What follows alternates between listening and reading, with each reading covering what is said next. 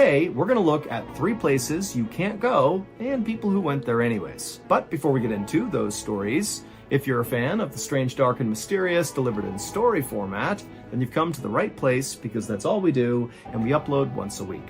So if that's of interest to you, the next time the like button says they need to replace their tires on their Toyota Corolla, offer to do it for them and to pay for them, but make sure you replace their tires with enormous, oversized monster truck tires. Also, please subscribe to our channel and turn on all notifications so you don't miss any of our weekly uploads. Okay, let's get into today's stories.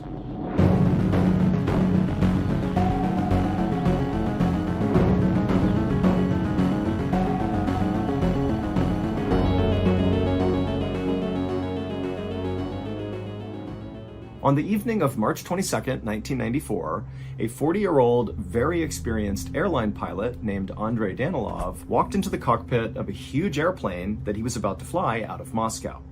Once he was in the cockpit, he said hello to the 2 other pilots he'd be flying with that night, and then Andrei took a seat in the captain's chair. Now, this flight tonight was going to be a very routine 13-hour trip to Hong Kong, something Andrei and these other 2 pilots had done many times before.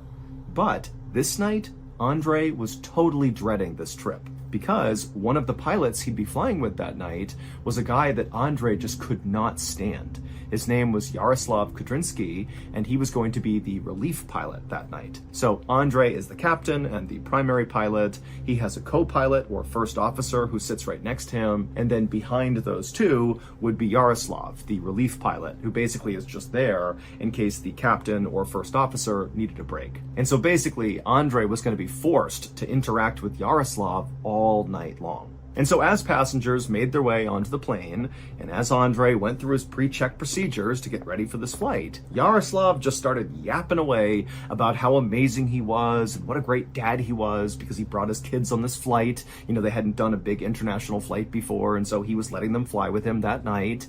And then also Yaroslav began talking about this big surprise he had for his kids that was really going to show what an incredible father he really was.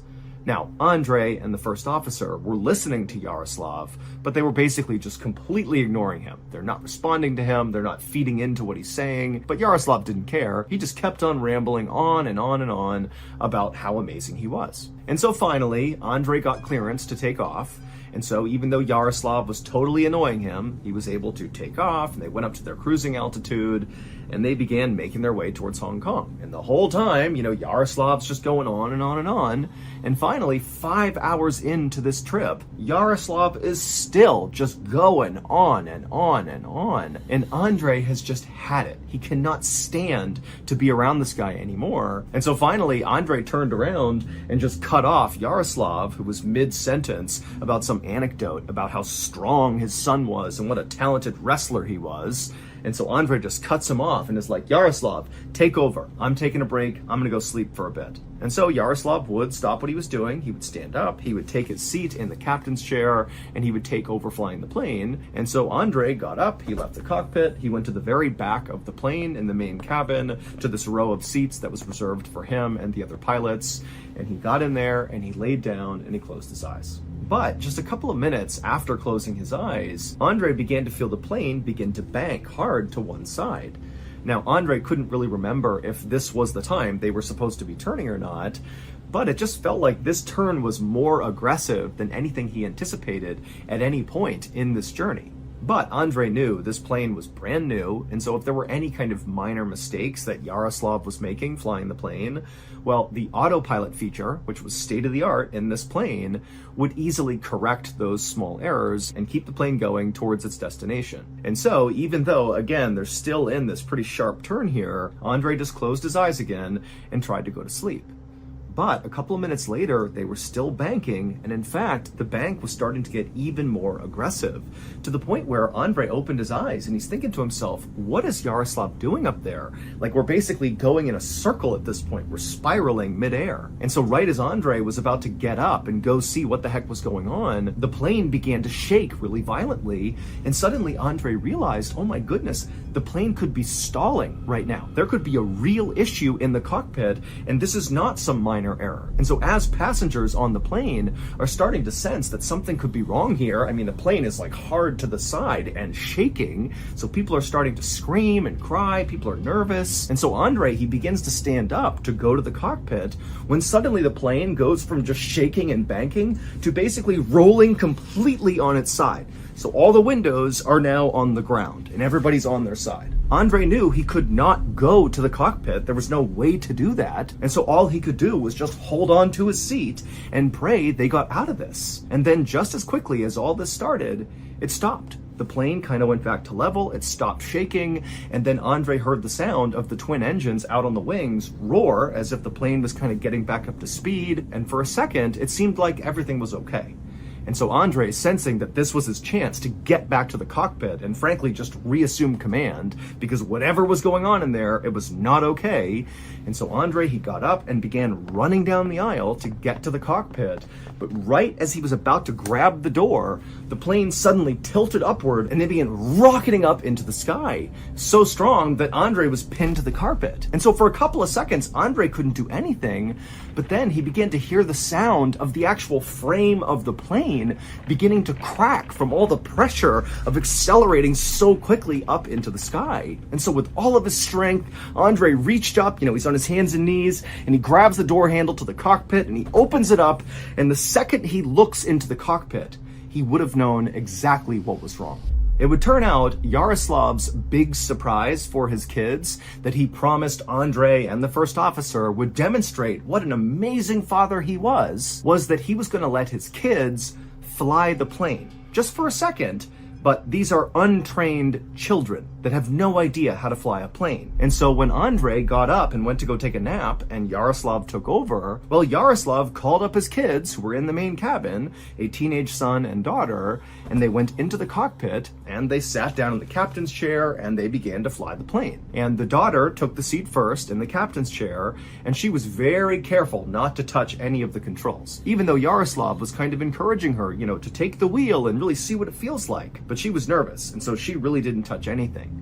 But then Yaroslav's son, when he sat down in the captain's chair, he did grab the controls and he pulled on the wheel hard enough that he somehow disengaged the autopilot feature, and nobody noticed. And so as Yaroslav's son is yanking forward and backwards on the yoke, so the steering wheel of the plane began going in all these crazy directions because there was no autopilot to stop it. And by the time he had figured out what was wrong, it was too late, because the plane had entered into an unrecoverable stall and it crashed into the foothills of Siberia, killing all 75 people on board. Thank you to BetterHelp for sponsoring today's video. Back in 2018, I was very depressed. I had just left the military and I was really struggling to re-assimilate back into civilian society, and it was making me depressed. And even though I was encouraged from a young age to open up and talk about my feelings when I was feeling down, as an adult, I just couldn't do it. I felt very insecure about it and was worried if I began talking about my problems that I would be viewed as kind of a weak person, or even worse, a complainer, something I was very worried about. But eventually I would go seek out a therapist because I became so miserable and it just had to happen. And I'm so glad I did, because as soon as I actually talked to a real therapist, I saw therapy is actually kind of great. As soon as you open up and kind of unburden yourself, a trained therapist can really help you work through your issues and come to terms with them, and over time, you'll get better. And so that's why today I want to talk to you about BetterHelp. BetterHelp is a highly reviewed online therapy platform, which means you can get the help you need right from the comfort of your own home. And then after filling out a brief survey online, BetterHelp will usually be able to match you with one of their licensed therapists within 24 hours. And then it's up to you how you communicate with your therapist. You can chat with your therapist on your phone, your computer, phone call, video call, messaging. It's totally up to you. So if you're struggling right now and you think therapy could help you too, think about giving BetterHelp a try. Let BetterHelp connect you with a therapist who can support you right from the comfort of your own home. Visit betterhelp.com/MrBallen, or just click MrBallen during sign up to enjoy a special discount on your first month.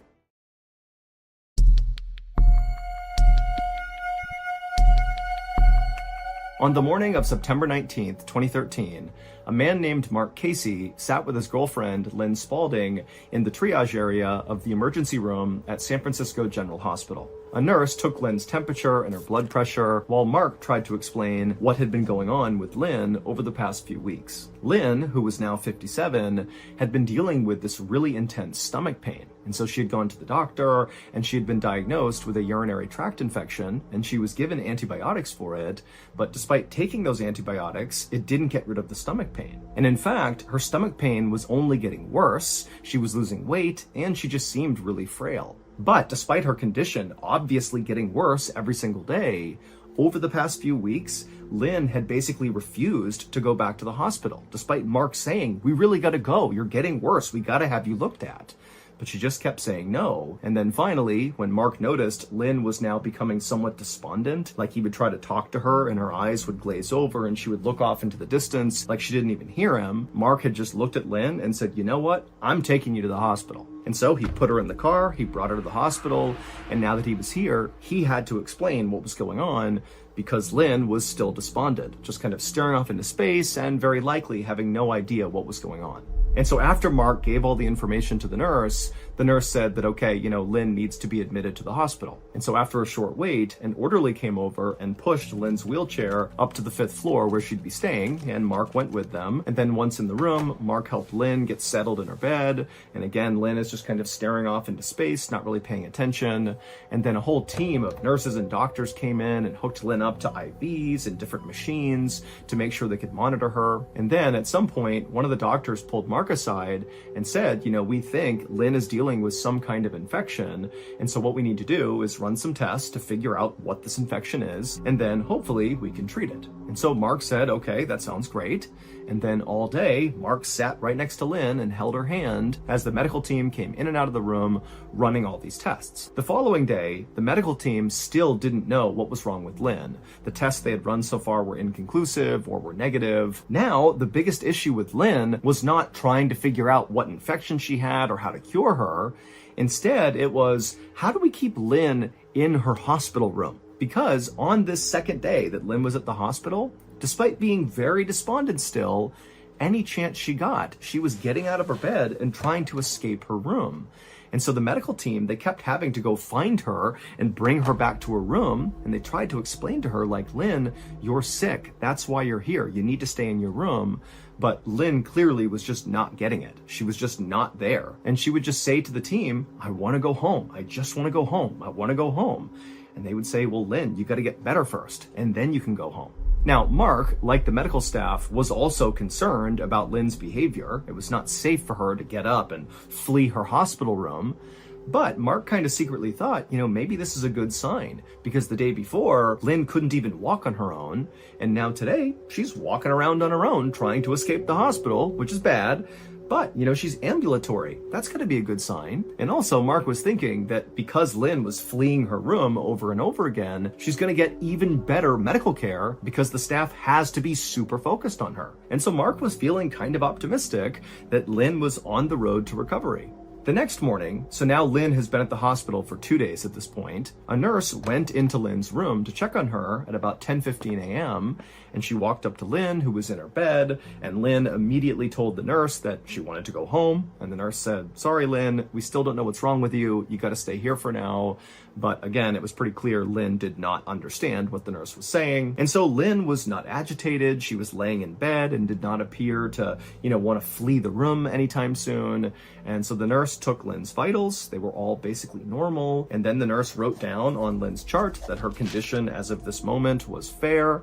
And then the nurse left the room. And once this nurse was gone, Lynn laid in bed for a second.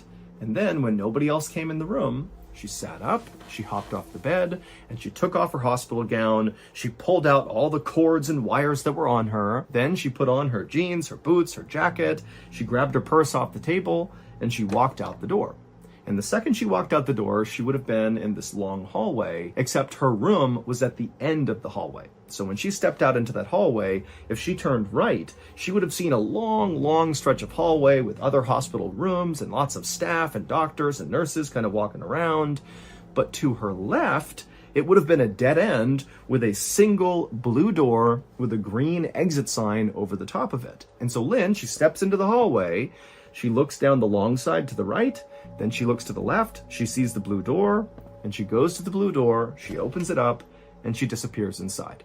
When the nurse came back to Lynn's room and saw she wasn't there, she reported Lynn missing. Now, remember, the hospital was well aware of the fact that Lynn had been trying to escape for the past 48 hours, and so nobody was really shocked by this. In fact, the hospital, their first move was to contact Mark, who had actually gone home the night before to get some real sleep and to take a shower. And so they contacted Mark and they said, "Hey, Lynn's not here. Is she with you?" And Mark was like, "No, I'm home. She's not here. I have not seen her. I haven't talked to her. I have no idea where she is." And so the hospital at this point began this huge search in their building, just checking the entire property for Lynn, but there was no trace of her. And so the police were contacted and they launched a search both of the hospital grounds and also of the surrounding areas, and they too could not find a trace of Lynn. It was like Lynn just vanished into thin air. That is, until October 8th, 2013, so 17 days after Lynn had strolled through that blue exit door. On that day, October 8th, a hospital maintenance worker was walking down the long hallway in the hospital, not on the 5th floor where Lynn was staying, but one floor below, so on the 4th floor. And he's walking down this long hallway in the direction of the dead end side, so the same side that Lynn was on where her room was, but again, one floor above. And the maintenance worker, he walks all the way to the end of this hallway on the 4th floor, and he arrives in front of the blue door with the green exit sign above it. Again, this is below where Lynn was, but it looks the same. And the maintenance worker, he opened up the door, and when he looked out of the 4th floor door, he just froze because what he was looking at just seemed impossible. And then he had this urge to scream, but he knew there were all these patients and kids and doctors and stuff in the hallway behind him, and he didn't want to scare anyone. And so very quietly, he reached down and grabbed his radio, and he called for help. In order to explain what happened next, you need to look at this picture. So in this picture, on the right-hand side, you see there are two outdoor landings with people on them. The one on top is the 5th floor landing, and the one below it, with a single person on it, is the 4th floor landing. And to get onto these outdoor landings, you have to walk through those blue exit doors at the end of those hallways. These blue doors are emergency exits. And so when you go out these blue doors, once they shut, they lock automatically.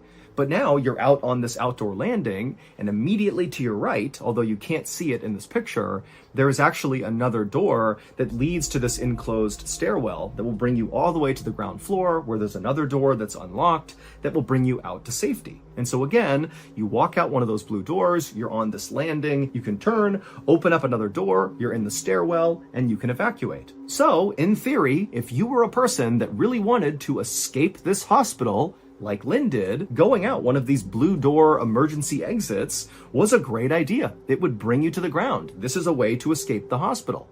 But remember, Lynn was totally confused. Mentally, she was just not there because of whatever illness was affecting her. And so when she walked out that door, she arrived on the 5th floor landing, and the door shut behind her and it locked. And the theory is, as soon as Lynn got out there, maybe she had some second thoughts and wanted to go back into the hospital. And so she turned and she grabbed that door and tried to open it back up again, but because it locks automatically, it wouldn't open.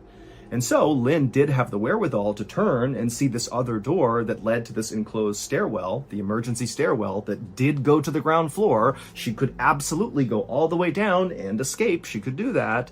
She went into the stairwell and she went down one floor to the 4th floor landing. And when she got there, she left the stairwell and she went to that door that would lead back into the hospital on the 4th floor. And she tried it, but of course it was locked.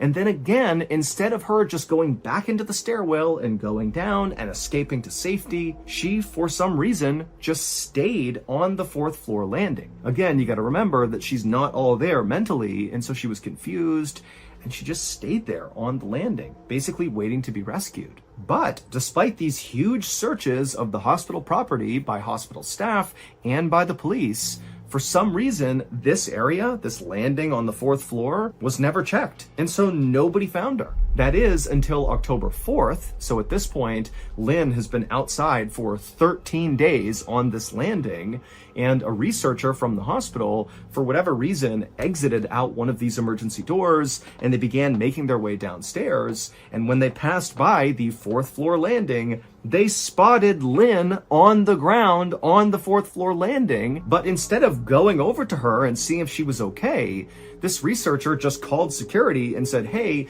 there's a patient outside on the 4th floor landing, like, come check it out.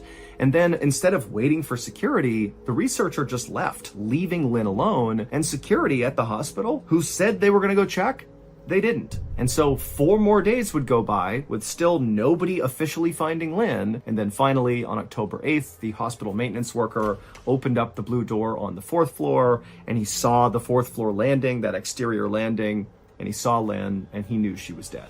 Officials were never able to determine when Lynn died, so it's not clear how long she was alive out on that landing. But it is possible she could have been alive when that researcher found her, but obviously help didn't come in time. Ultimately, Lynn's family would sue the city and the hospital, and they would be awarded $3 million.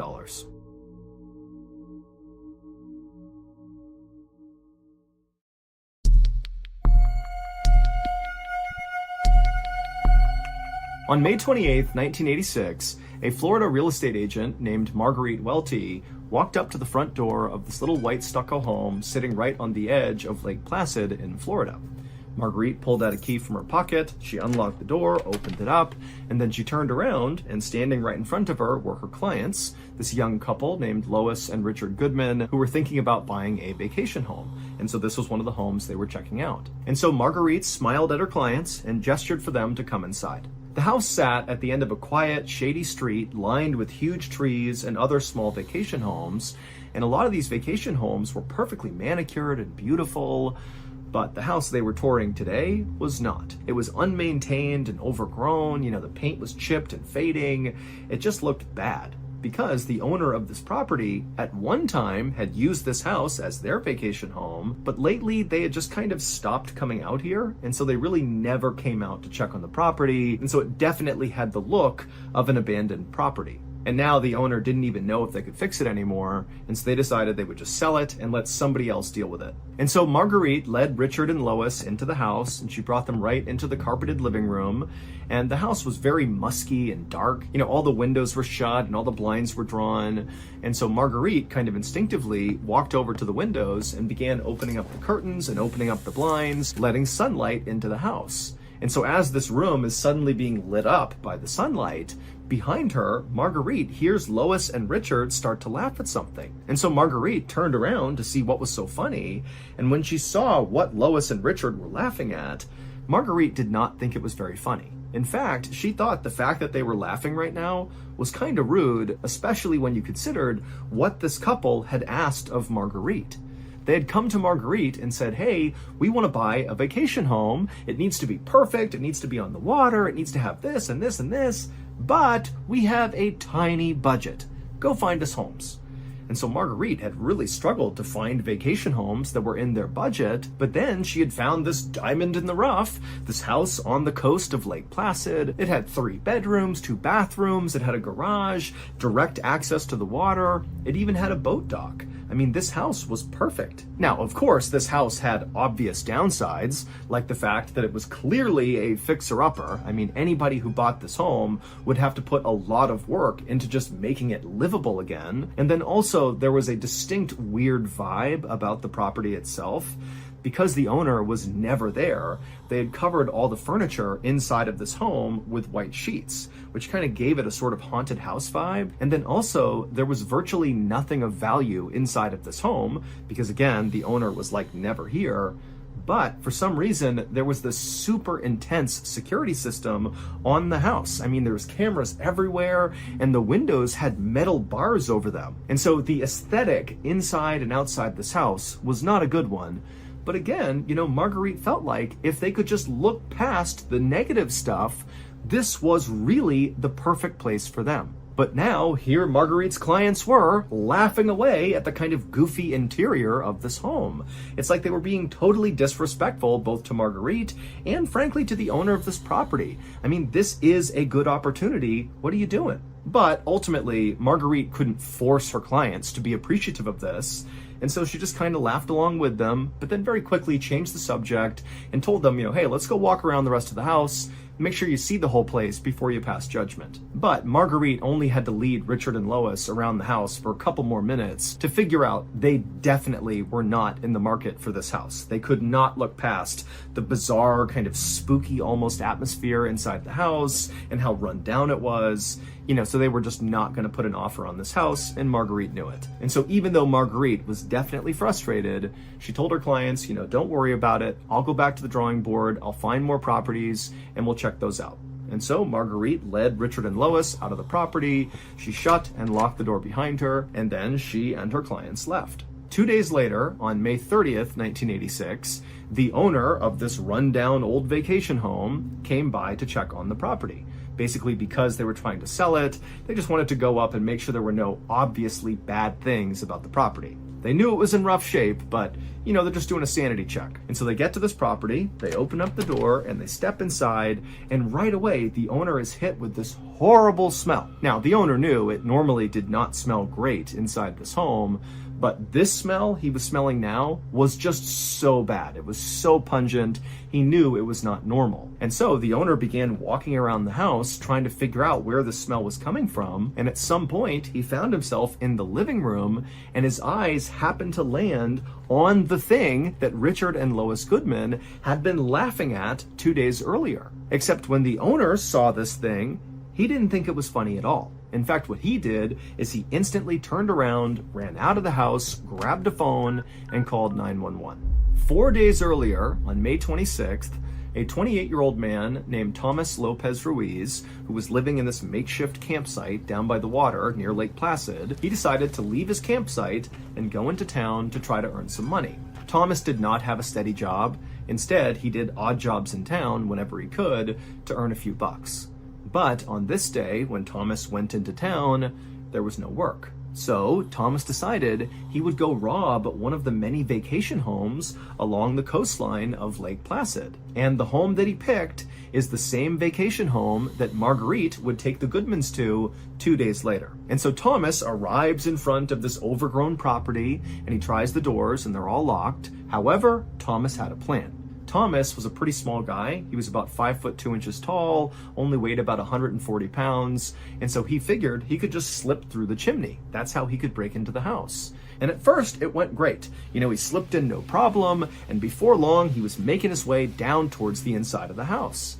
But what Thomas realized as he went down the chimney is the chimney was not perfectly straight up and down. Instead, it was sort of tapered, where at the top it was wide, but the deeper you got, so the farther down you went in the chimney, the narrower the inside of the chimney got. And so when Thomas was almost all the way down the chimney, he got stuck. He could not get the rest of the way down, but where he got stuck, he couldn't grab the top of the chimney. He couldn't pull himself out.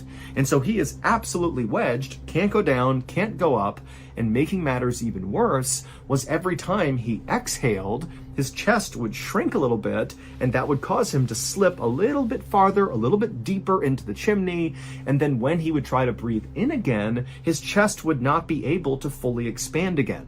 And so basically, every second that went by, Thomas was sinking lower and lower and lower by little bits, making it harder and harder and harder to breathe. And you got to figure that he was screaming for help, which again was causing him to breathe a bunch, causing him to sink even farther. And so it would have made breathing extremely difficult. And so Thomas is like in this absolute claustrophobic nightmare, and without outside help, he had no chance of survival.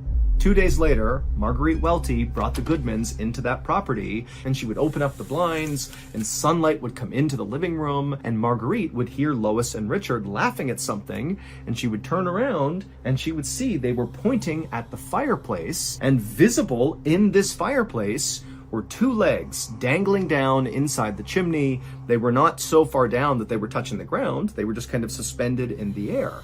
And Lois and Richard, based on the way the house looked already, the kind of spooky vibe, there's white sheets over all the furniture, there are these bars on all the windows, everything is dark and dirty and kind of gross. Like there's this haunted house vibe to this place, and they're thinking this must be a Halloween decoration or some sort of prank, a mannequin kind of jammed up into the chimney, maybe to look like a robber breaking into your house or something that the owner never took down, because clearly the owner stopped taking care of this property, and so it kind of makes sense that these decorations would be left out. And so Lois and Richard are laughing at this Halloween decoration, and Marguerite, she looks at the legs too and also thinks they're just some Halloween decoration, doesn't think anything of it, and so finally they end up leaving, and that was it. But as I'm sure you all have guessed, of course those legs were not mannequin legs, those were Thomas's legs.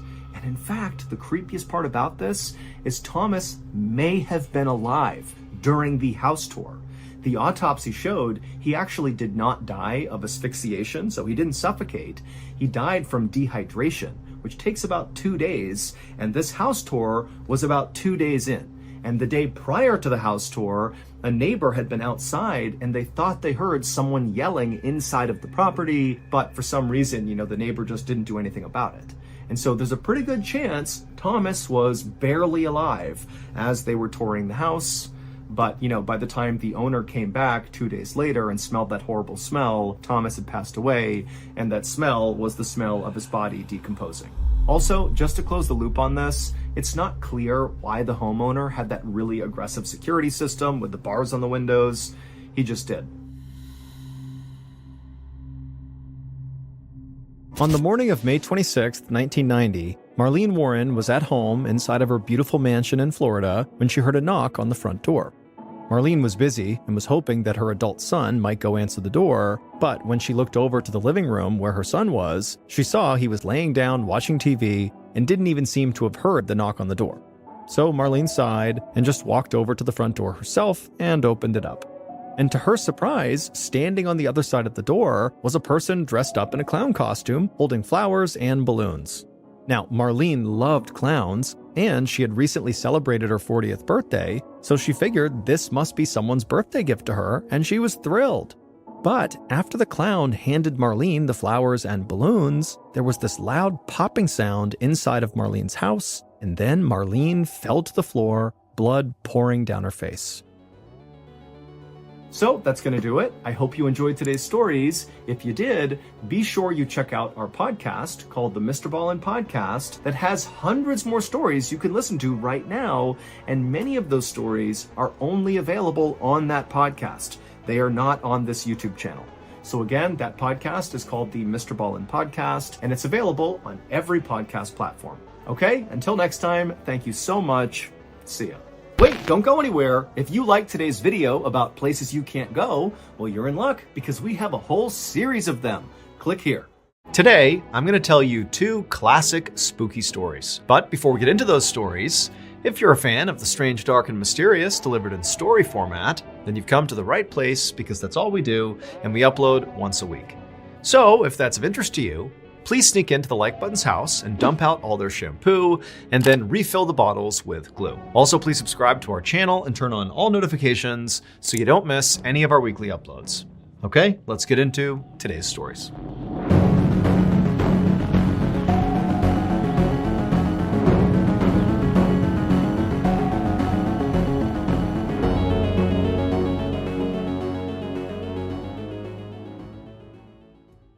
At 5:15 p.m. on June 28, 1980, a 38-year-old man named Robert Davidson drove his motorcycle down Interstate 74 in Acton, Indiana, which is a small community just outside of Indianapolis. On the back of the motorcycle, with her arms wrapped around his waist, was Robert's wife. Her name was Wanda. The couple was on their way to visit family, and they were hoping to get there as soon as possible, not because they wanted to visit, but because there was a big storm rolling in, and they were hoping to beat the rain. In fact, right now, right above them, the sky was turning a dark gray and looked very ominous. But as Robert nudged his engine to go a little bit faster, these big raindrops began pelting his arms, and he knew the skies were opening up and he would have to pull over so he and his wife could put on rain jackets. And so Robert pulled over to the side of the road, and as soon as he was stopped, Wanda climbed off and Robert was about to climb off as well and open up the little trunk in the back of the motorcycle to get the rain jackets. But before he did that, there was this sudden flash of light, and then Robert felt pain all throughout his body, his muscles went totally rigid, and then he crumpled off his bike onto the ground, and everything went black. Less than 5 minutes later, an ambulance arrived on the scene, and several first responders jumped out, including a woman named Kimberly Cobb. Now, Kimberly had been briefed up on this situation. A man and his wife had pulled over on the side of Interstate 74, and the man had been struck by lightning. And so as she ran up to the couple, she could see Robert was on the ground. He was not moving. His skin was waxy and gray, and his wife was sort of in shock, and she was standing next to him, just kind of sobbing uncontrollably. And Kimberly, she jumped into action. She jumped down next to Robert, and she felt for a pulse, but he didn't have one. At this point, Kimberly knew she maybe had a couple of minutes here to basically revive Robert, or he was doomed. And so Kimberly, she worked immediately on stabilizing Robert's spine while one of her team members, one of the other first responders, jumped in and began doing CPR. And then a third first responder hopped on the ambulance radio and called in an emergency medical helicopter to get here and fly Robert to a hospital as soon as possible. They quickly got a response from the helicopter crew saying they were en route. But before the crew or any of the first responders could communicate any further over the radio, suddenly, out of nowhere, their ambulance just completely shut down, like completely shut off. The lights, the sirens, the engine, everything went completely silent. And this was a huge problem because some of the medical equipment that they needed to keep Robert alive until the helicopter got here required the ambulance to be on to use it. And so with the ambulance off, it was useless. But in addition to just what a problem this was, this also was like really confusing to Kimberly and the other first responders. Because when ambulances are built, they are built with the idea that there can never be a situation where the ambulance just totally turns off. Because again, it's like a worst case scenario. And so they give each ambulance 2 batteries, a primary and a backup, so that if for some reason the primary dies, you always have that backup and can always use the life-saving equipment. So the idea that both of these batteries failed simultaneously was like, how? How could that possibly happen? But before Kimberly or the other first responders could even begin to understand how that happened, something else began happening. They turned and saw there was this woman dressed in this old, long black dress running up the road, this desolate highway. This woman is charging up the road, screaming at them, and above her head, she's waving a Bible, and she's yelling at them to, hey, let me touch him. Let me touch him. I can save him. And the first responders are looking at each other like, what is going on here? Now, none of the first responders, nor Wanda, had any idea who this woman was as she continued running up the road, waving her Bible and yelling at them. But again, you need to picture this scene. The ambulance is off. They can't do anything to help Robert. They're basically waiting for the helicopter to show up, which they hope is on the way, but they can't communicate with the helicopter. And Robert basically is clinically dead at this point. He doesn't have a pulse. He's been struck by lightning. Like there's nothing anybody can do except wait around and hope the helicopter shows up. And so when this woman came running up to the scene saying she could touch Robert and save him, none of the first responders were like, oh yeah, that's a great idea. Let's bring her in. She can save the day. But they were sort of like, well, no one else is doing anything, and they looked over at Wanda, and she was just as shocked as they were at this woman's arrival and what she was saying.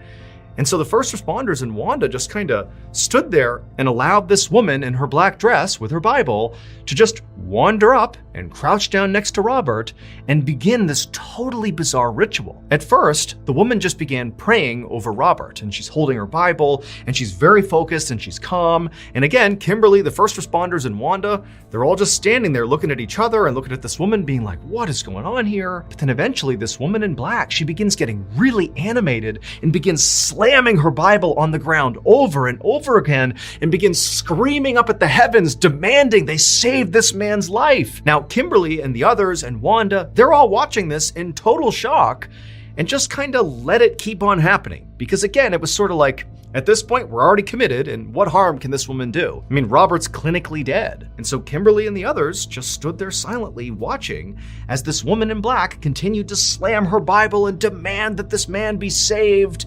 And then it was like something came over this woman. It was like she was completely possessed, and she grabbed her Bible and she lifted it over her head. She's kneeling right beside Robert. And when she opened her mouth and looked up at the sky, it wasn't her voice that came out. It was like another voice, and she began speaking in tongues, things that didn't make any sense. She's saying all these crazy gibberish things to the sky. And as Kimberly and the others are getting frightened by what they're seeing and are about to step in, it was like the woman just stopped.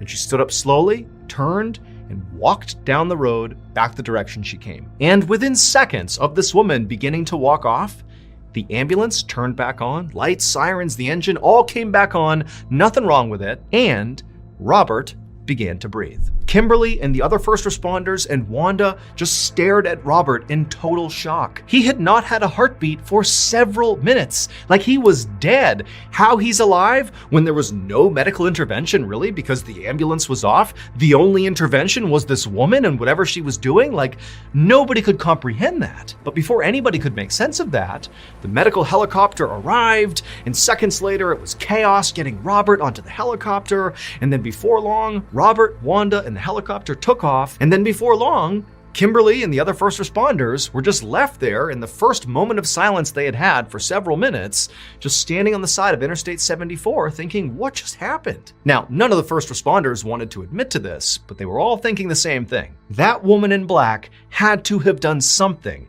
that, brought Robert back to life. I mean, there really was no other explanation. However, when the first responders just all kind of looked in the direction where this woman had turned and walked off just a couple of minutes earlier, she was gone. Now keep in mind where she had come from, where she had, run up the road from. It was just one big open road with really no obstructions, and then off to the side of the road was this huge open field. Basically, if someone had been walking for only a couple of minutes in that direction, from their vantage point, they would have seen them. There's nowhere to hide, there's nowhere to go.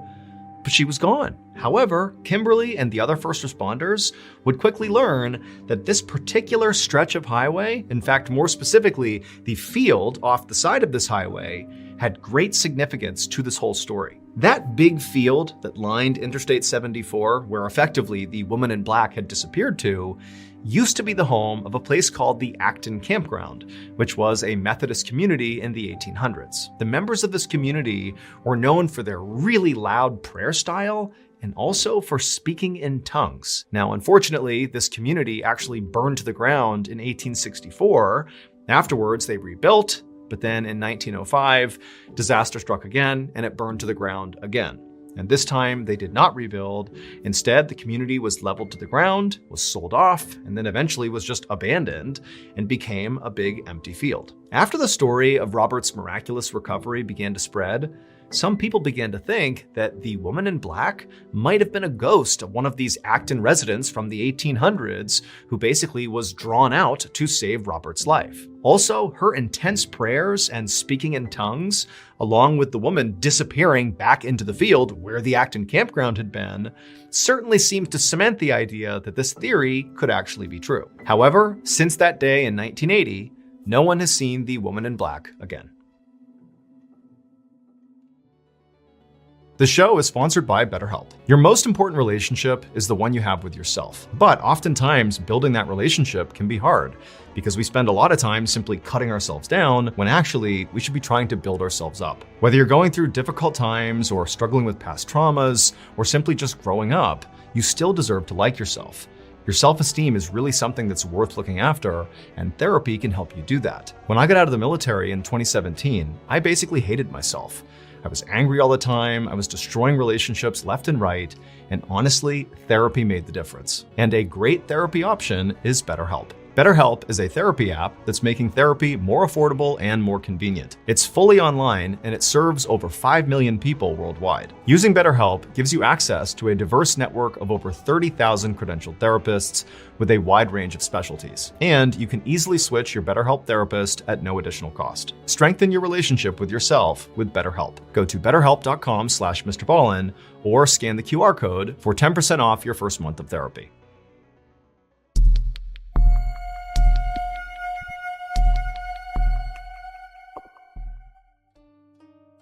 One evening in February of 2011, a man in his 30s named Yang was eating dinner inside of his home in a rural village in China.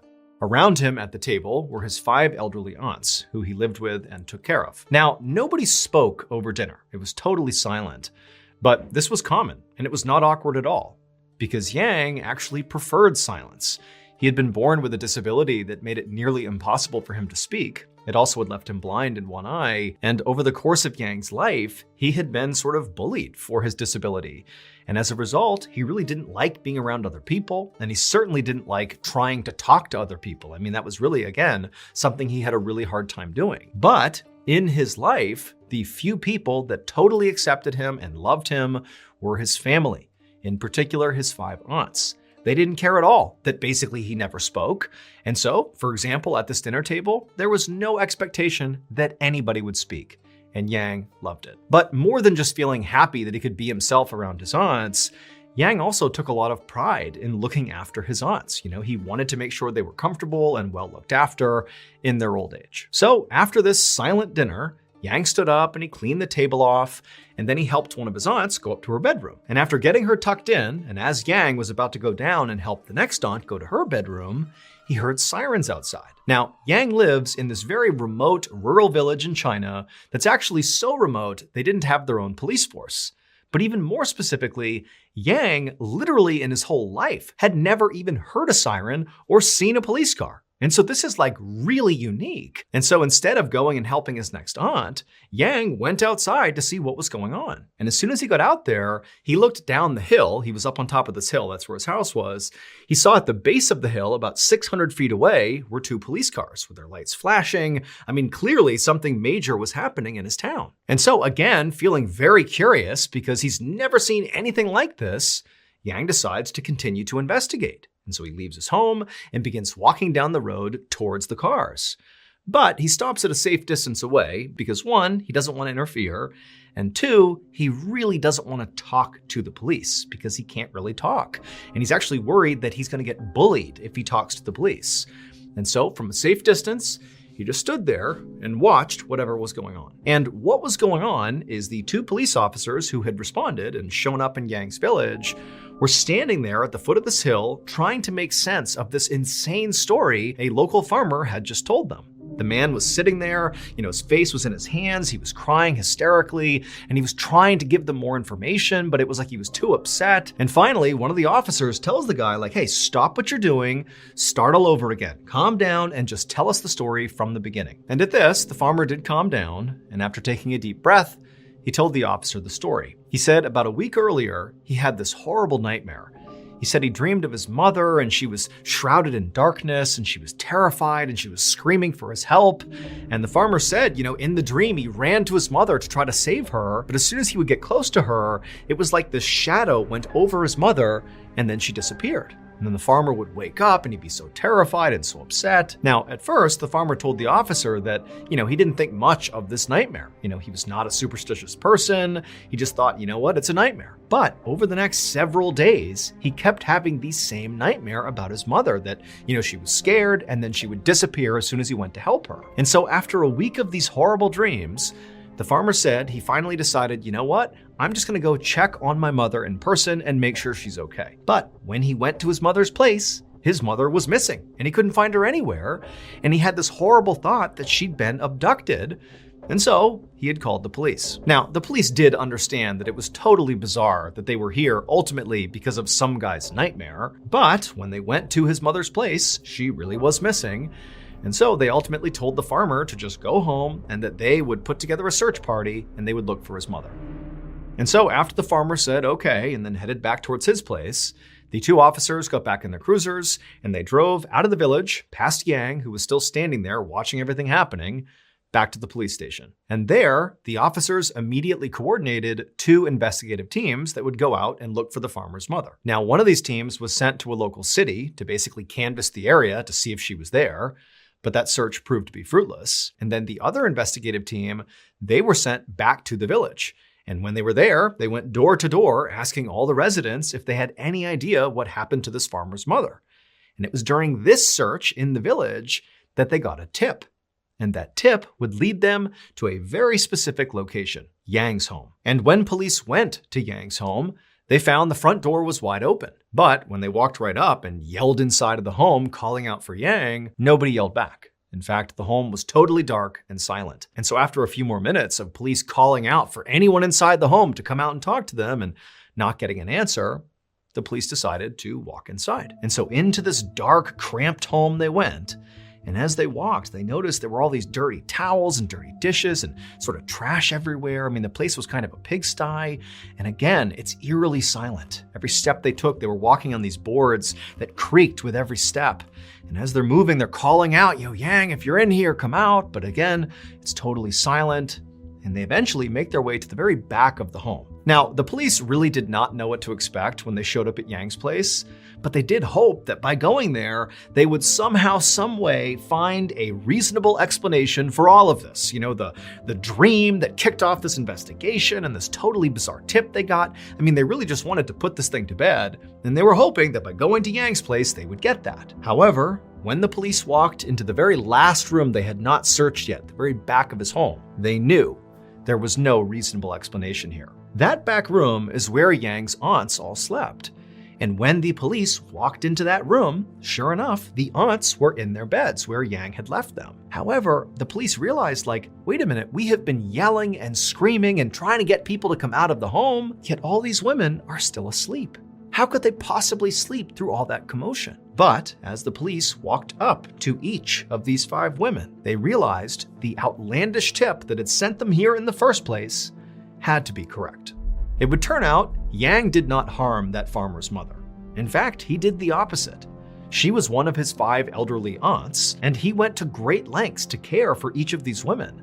I mean, he basically would have done anything for them. However, there was a problem. His 5 aunts were dead, and had been for a long time. While Yang considered these women to be his family, literally, I mean, he called them his aunts, in reality, he was not related to them at all. Instead, these were just women from the local village where he lived who had been nice to him. They had all died of natural causes. But Yang didn't understand it when they passed away. Instead, all Yang knew is that he was sort of an outcast and that nobody respected him and he was treated really badly by most people except for these women. They'd been the only people that really cared about him. And so after they died, he felt really sad and lonely. And so, one by one, he dug these women up and brought them home with him and began caring for them as if they were still alive. When that farmer had gone to go check on his mother after having the recurring nightmare about, her going missing, he had gone to her gravesite and found her coffin was literally empty, hence believing somebody had abducted her body. And then the strange tip police got that led them literally to Yang's house was a local had seen Yang carrying a body up the hill to his home. And his home actually was not a typical home. Instead, Yang's home was actually just a cave that he had outfitted with some boards on the ground for a floor and a couple of makeshift beds. Yang was arrested for what he did, but ultimately he was sent to a psychiatric hospital for treatment. All of the bodies that Yang stole were reburied, and the farmer's recurring nightmares about his mother stopped as soon as her body was returned to her grave.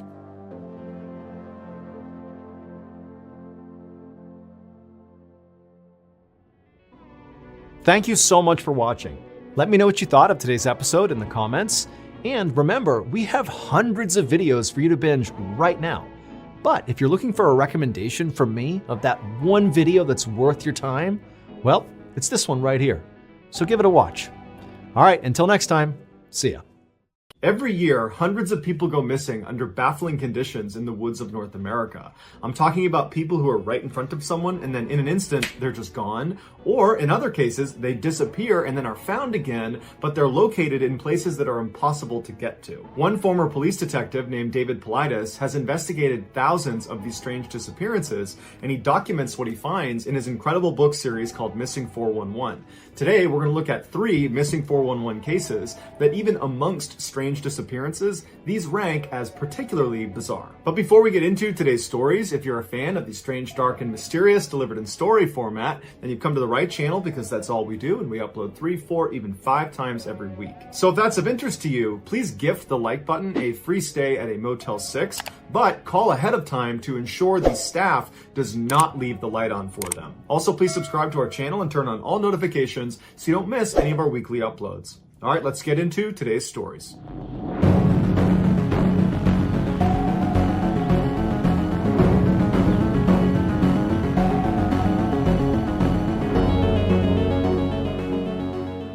Seward, Alaska is a port city that's about 60 miles south of Anchorage, and it's home to one of the oldest foot races in America called the Mount Marathon Race. Now, this race is not actually a marathon because a marathon by definition is 26.2 miles long. The Mount Marathon Race is actually only 3 miles long, but it's considered one of the most challenging short races in the world because it's basically 1.5 miles straight up a mountain and then 1.5 miles straight back down again. Despite its grueling nature, there had never been a fatality or a disappearance during the running of this race. But that changed in 2012. 66-year-old Alaskan resident Paul LeMaitre was a career counselor on a military base in Anchorage. His job was to help outgoing military members adjust to civilian life, and his primary responsibility was helping them with their resume. Outside of work, Paul liked to keep himself in top physical shape, and one of his favorite activities was going for runs. And so in 2012, he finally committed to running the Mount Marathon Race, something he had wanted to do for some time, but he kept putting it off. In the months leading up to the race, Paul trained hard to make sure he was ready. He wasn't trying to win the race or really even be competitive. He just wanted to finish the race in a respectable time. So at 3 p.m. on July 4th, 2012, Paul found himself at the start of the Mount Marathon Race,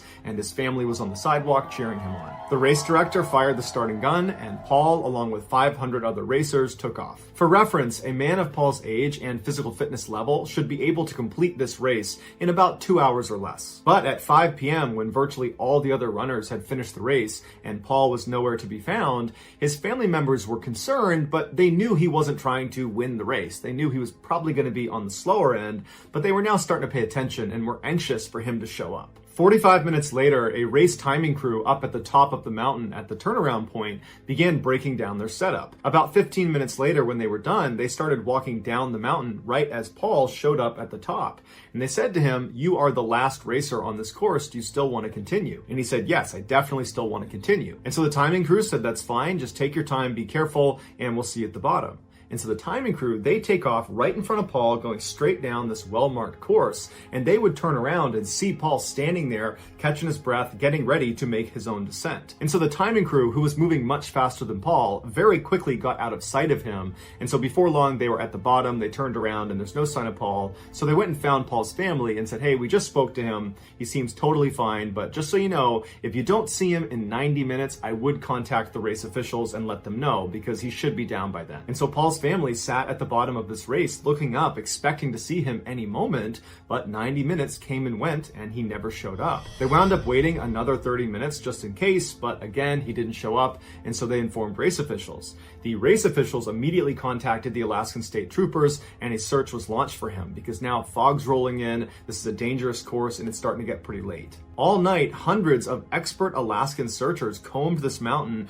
both on the course, outside the course. They even went on the backside of Mount Marathon, where it would have been extremely difficult for Paul to have gotten there. He would have had to climb up and over the mountain, which is just extremely unlikely, but they figured we can't leave any stone unturned. And so all night they're looking, they got dogs out, and there's no sign of him. The next morning, when the fog cleared up, they brought in helicopters with thermal cameras, and they continued to search the mountain. But after 4 more days, they never found Paul or any of his belongings, and so they called off the search. It was like Paul had just vanished. Now, it's easy to jump to the conclusion that Paul must have just gotten disoriented and lost the course track, and then maybe he fell, or he was attacked by an animal like a bear, because this is Alaska. But there's a couple problems with that. The first one is the course itself is extremely well marked. This race is one of the oldest in America. They've been doing this for over 100 years, and they've never had a missing person or a fatality. So they know how to keep people safely inside of the course bounds. The other issue is the timing crew saw Paul at the top, at the turnaround, and he was physically okay. He was talking to them, he was not distressed, and he would have very clearly seen where to go next, because he would have seen the timing crew leaving ahead of him, going down the trail that he would have to follow. Clearly, something unusual happened to Paul either at the summit after the timing crew left or on the way down, because rational explanations cannot account for how Paul could vanish so completely in such a controlled environment with so many expert searchers looking for him. But to this day, no one has ever found Paul or even the slightest trace that he was ever on that mountain.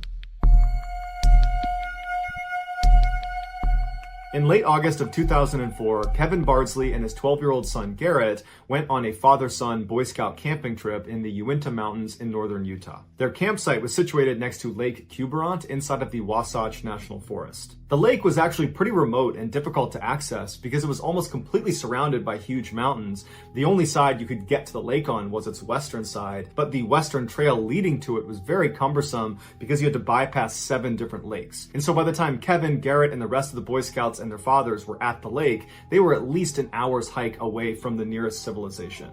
Early in the morning on August 20th, Kevin and Garrett woke up, they hopped out of their tents. None of the other campers had woken up yet, and so they decided they would head down to the lake to get some early fishing in. And so they got their gear and they began walking down the very well-defined 150-meter long trail down to the lake. As they get there, the sun's coming up over the mountains and they're really excited about their day of fishing. And so as Kevin is preparing a fishing rod for Garrett, Garrett was jumping around on different stones that were poking out of the water. And at some point he tripped and he fell into the water, soaking his shoes and his pants. And so he hopped out of the water and he's kind of laughing at himself, and he told his dad that he didn't care, he'd fish with wet feet and wet pants and he would change them later. And so Kevin laughed and handed his son his fishing rod, and then the two of them began to fish. After a while, when they hadn't caught anything, Garrett said to his dad that, you know what, Dad, this is actually pretty uncomfortable, I'm gonna go change my pants and my socks. And so Kevin said, no problem, I'll be here with our gear, I'll see you when you get back. And so Garrett stands up and he starts walking back up the well-defined 150-meter trail back up towards the campsite. And Kevin actually turned around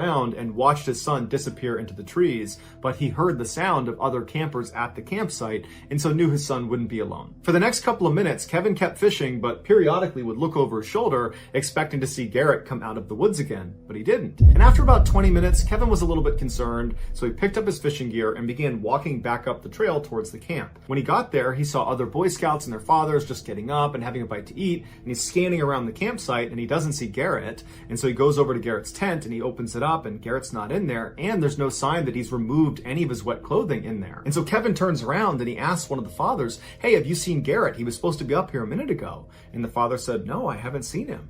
And so Kevin's starting to panic and he yells out to the group, hey, has anyone seen my son? Do you guys know where Garrett went? He was supposed to be up here.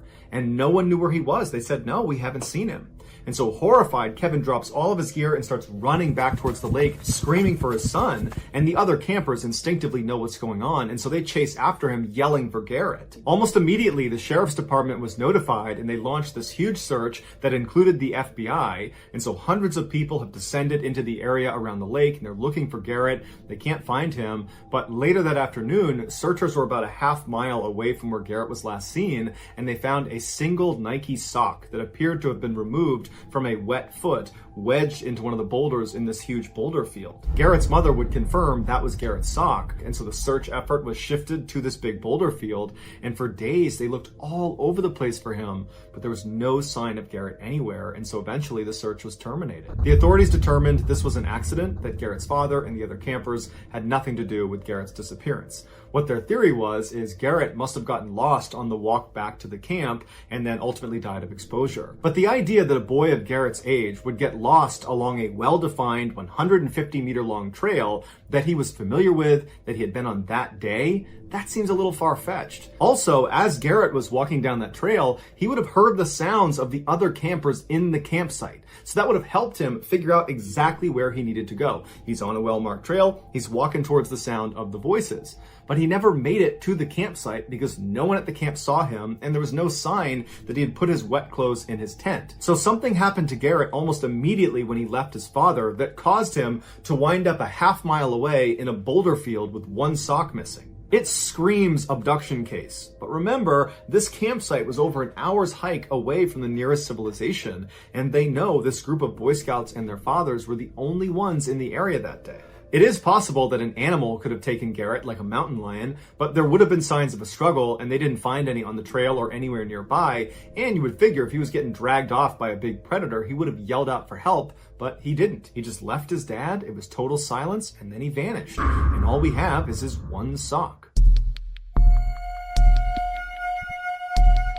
In 1950, when Rosemary was 21 years old, she married the love of her life, Charles Bud Kunst, and they moved into a house together in San Anselmo, California. Together, they had 6 children and 11 grandchildren. They were known as a very active couple, that when they were not with their family and their grandkids, they were out on a hiking trail somewhere enjoying the outdoors. In 1998, Rosemary's life was derailed when she and her husband were in a horrific car accident. When she came to in the hospital, she was very badly injured, and she was told that her husband of nearly 50 years had not survived. Rosemary was devastated. She was lost without Bud.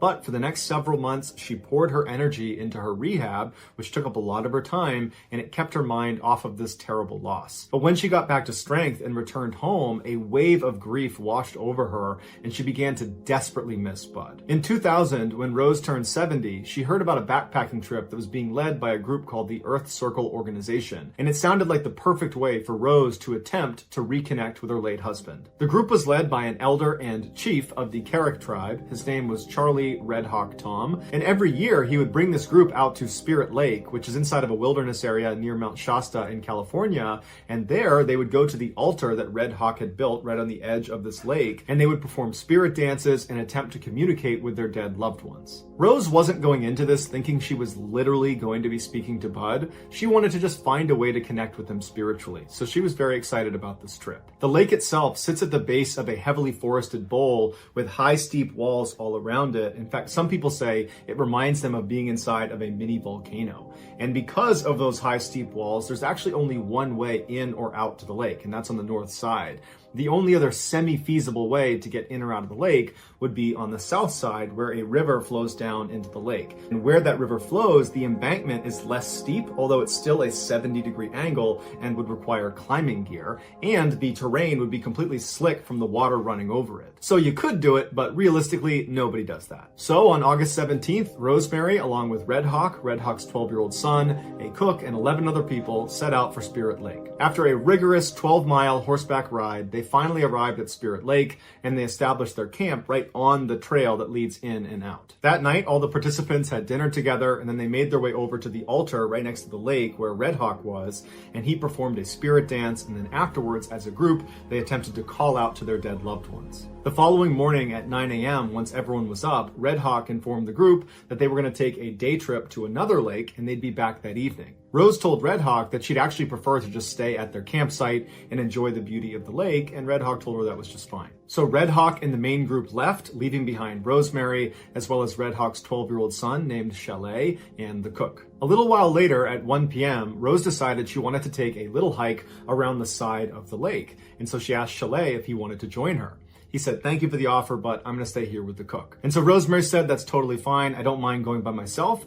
And so she asked the cook for some food. He handed her a bag lunch. She took it, said thank you, and then set off by herself heading south. 4 hours later, at 5 p.m., when Red Hawk and the rest of the group got back to the camp, Chalet and the cook informed him that Rosemary had not come back yet. A group was immediately sent out to look for her, but there was no sign of her.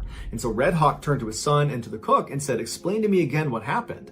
And they said she was totally normal. She just wanted to go for a hike, and she took some food, and we watched her disappear into the trees. They also told Red Hawk that they had been sitting in the trail that leads in and out of the lake the entire time Rosemary was gone, and they never saw her. So she didn't leave the lake. She's somewhere out there. Confused and very concerned, Red Hawk had one of the other participants leave the lake and go contact authorities, and within 24 hours, there were 50 searchers combing the lake for Rosemary. The head of the search and rescue team was a guy named Grizz Adams, who had led many other search and rescue efforts. After studying the area and talking to Chalet and the cook and the others who were there, he just could not understand how a 70-year-old woman had managed to vanish so quickly and completely, because there's no way she climbed out the south exit because she didn't have climbing gear, and physically she probably wasn't capable of that even with the right gear, and she didn't leave through the north exit, the main trail, because Chalet and the cook were there the entire time and they never saw her. So where was she? As the search continued to find nothing, Grizz called in more searchers on horseback,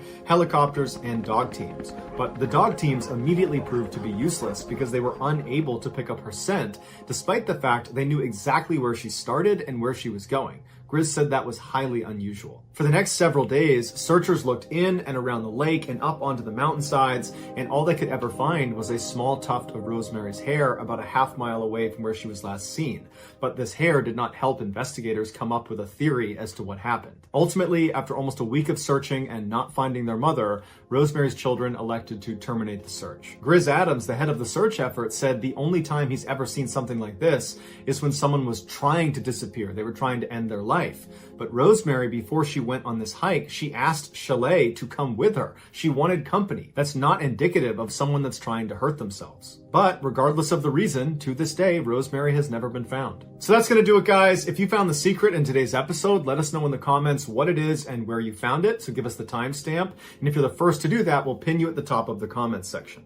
If you enjoyed today's video and you haven't done this already, please gift the like button a free stay at a Motel 6, but ensure you call ahead of time and tell the staff not to leave the light on.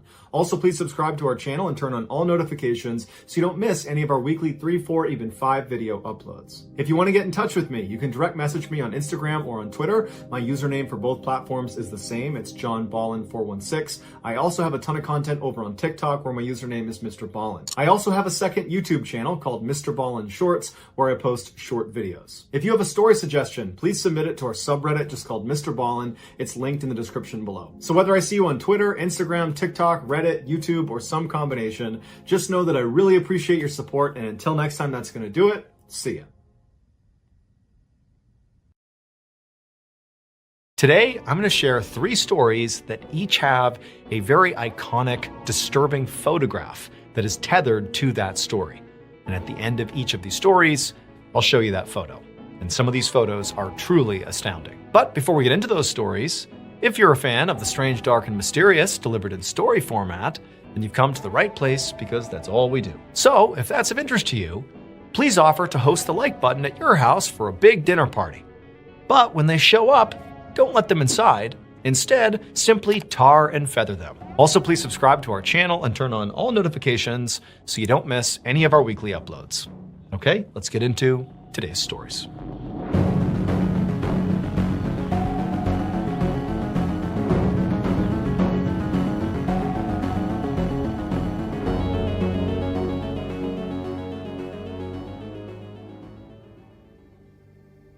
On the morning of October 21st, 1990, a 30-year-old man named Lee Hunsho and 3 of his friends hiked up Bilu Mountain, which is located in northern Taiwan. Now, by this point, the group had already been hiking for several hours, and so they were quite tired. I mean, Lee's legs absolutely burned, but Lee and the others kept on pushing until they reached the top of this rocky ridge. They all stopped and were able to catch their breath for a minute. So Lee was a bank manager, but he was also a very outdoorsy person, and he'd been wanting to do this hike up Bilu Mountain for a long time because it was sort of like a rite of passage for hikers in Taiwan. It took an average of almost 8 hours to get to the top and back down again, and the terrain could be really rough. As a result, it was considered one of the most challenging hikes in all of Taiwan. But despite that, it was also a major tourist destination that was usually really busy, with lots of people attempting to do this hike. But on this particular day, for whatever reason, the friends had not seen anybody else on this trail. No one. And I mean, the weather was good. It was a weekend. I mean, there was really no good reason for nobody to be here.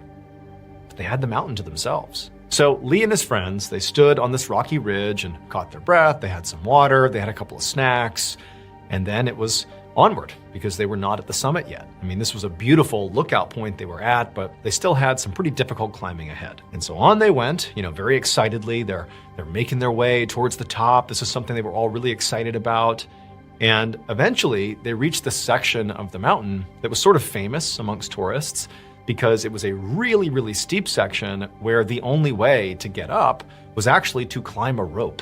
There was a rope anchored into the mountain where, hikers had to grab the rope and walk and pull themselves up this section. It was like this kind of cool part that made you feel really rugged. And so when the men got to the spot, they all wanted to make sure there was a picture of them navigating this particular terrain. And so one by one, each of the men got on the rope and sort of paused at some point and turned around and made sure to get a cool picture of themselves making this really difficult section of the climb. And then once they had all taken their picture, they actually went the rest of the way up the rope and continued all the way up to the summit. And once they were on the summit, the friends actually didn't spend a whole lot of time there. I mean, remember, it takes almost 8 hours to do this entire round trip. And so you're sort of fighting against the darkness. You want to get back down before the sun goes down. And so they were up there long enough to get a couple of pictures and, again, to take stock of the fact that basically no one is here. In fact, literally, nobody is here but them. It just seems sort of surreal. This is such a beautiful place, such a popular place. Why is nobody here? But Didn't matter. They got their pictures, they got their beautiful scenery, they had some more water and snacks, and then they began making their descent. Now, on the way up, the friends had all been together. There was no separation. They were all, one by one, navigating each part of the terrain and making their way up together. But on the return trip, they got pretty separated, in part because Lee was really dragging behind. He was just so tired from the ascent that he sort of told the others, like, hey, go ahead, like you can walk ahead of me. We all know where we're going down and we'll meet at the car, so just go on ahead. And so Lee's friends had done just that. They had sort of taken off and gotten a bit of a lead on Lee. And so after a couple of hours of the group sort of broken up, making their way down the mountain, the friends in the front, who had left Lee behind effectively, they stopped at a certain point and they realized like they were really huffing it down the mountain, moving really quickly. And they thought, you know what? Lee was really tired up there. Maybe we ought to just sit here and wait for a minute and let him catch up, and then we'll make the final stretch together. And so the friends, they stop. And again, they're sort of looking around thinking how weird it is that nobody else is here but them. Like still, no one's come up the mountain, no one's come down the mountain. It's just them. It's very odd. They're sitting there waiting and they're looking back up the trail, expecting Lee to show up anytime, but he doesn't. And so eventually one of the friends says, you know what, you guys stay here. I'm gonna go back up the mountain a little ways and just see if I can catch Lee and just walk with him back down. I'm sure he's just exhausted and, I'll help him sort of finish up the hike here. And so this one friend, he begins going back up the trail. And for quite a while, he's basically hiking back up the mountain. And the whole time he's expecting he's gonna run into Lee. He has to. I mean, there were other trails that spidered off on the way down. So it was possible to take a wrong turn and sort of accidentally go down the wrong path. But for the most part, it was pretty linear. But as he's going up, he has not found Lee. And after a while, he's been hiking for like an hour back up the mountain and still no Lee. And he thinks, you know what, I can't do this. It's getting dark out.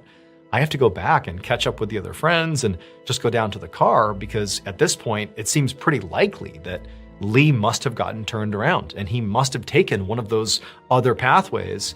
And now he's probably ahead of me. He's probably down at the car by this point. And so this friend who had done the rescue mission turned around, went back down, linked up with the other friends that were still sitting there waiting for him. Together, they walked all the way down the trail and they got to the car. And when they got there, they're expecting to see Lee, but he wasn't there. And by now, the sun had basically set. And so the friends realized that, okay, like we have a real problem here. I mean, clearly Lee didn't just get lost. He's still on the mountain somewhere. And like, what are we gonna do? It's about to be nighttime. Like, we can't go up there looking for him. And so they hopped in their car and they drove to the nearest police station to tell them to go look for Lee. And sure enough, there would be this huge search that was launched for Lee.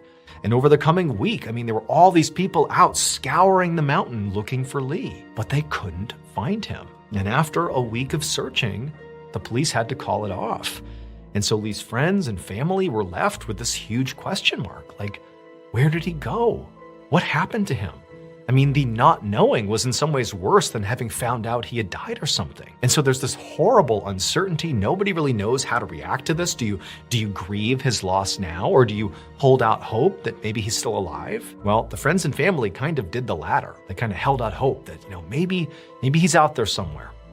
And weeks turned into months, and eventually 4 months went by. And it was at that point that other hikers who were making their way up the mountain, they went off the trail on purpose. They were sort of off the trail for a bit, and they came across Lee's body. Now, the immediate reaction was obviously devastation for Lee's family and friends, but at least it seemed like they were going to get closure about what actually happened to Lee. However, when police began to investigate what actually killed Lee and why, they ran into a lot of anomalies. Number one, they did an autopsy and they couldn't figure out what killed him. There was no clear cause of death.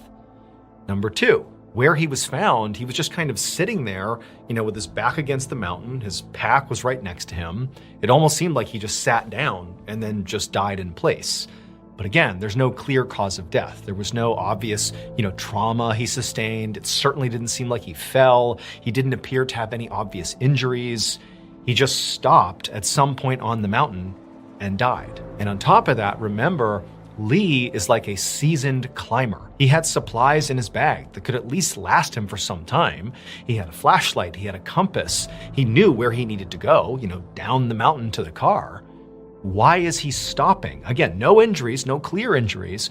Why is he stopping right there? until he dies. It just didn't add up. But then there was another very strange development that sort of took the story in a totally new direction. One of the friends who was with Lee on that doomed hike, the one who had the camera that took pictures of all of them climbing up that rope and took pictures up on the summit, he went and got his pictures developed shortly after Lee had been found dead. And when he went through the photos from their trip, he could not believe what he found. Here is the photo of Lee posing with that rope. And if you notice, at the top of this segment, there's a person clearly up there looking down at Lee and his friends. But remember, they didn't see anybody else on the mountain the entire time they were there.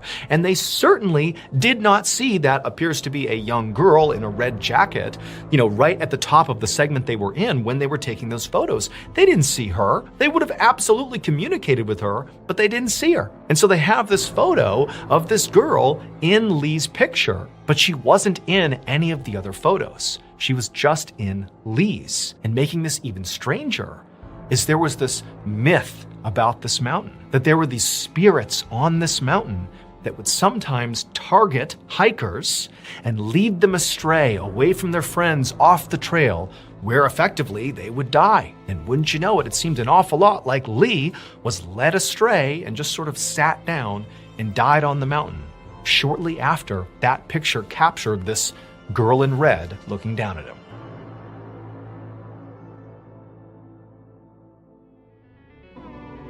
BetterHelp is the paid partner of today's video. As an adult, I have found the holiday season can sometimes be sort of depressing. And I think the reason for that is nostalgia. I find myself looking back at my childhood when I had no responsibilities and I basically just got given presents and had wonderful food and family and friends around. And I look back at that and I think, that's what the holidays are about. Why can't I have that? Now I have bills to pay and I have a job and I have responsibilities. It doesn't feel magical. It feels stressful and kind of sad. But I'm here to tell you that there's a solution. And it's not to go back in time. It's instead to just be present. Be present in the moment. Appreciate what you have. Things have changed, no doubt, but that's okay. Change is okay. You just can't be stuck in the past. You need to be in the present. So if you want to slow down, reflect, and reset this December, BetterHelp makes it really easy to start talking with a therapist. BetterHelp accepts both HSA and FSA cards, making it even easier to prioritize your mental health. In 2024 alone, over 137,000 people used their HSA or FSA benefits for therapy through BetterHelp.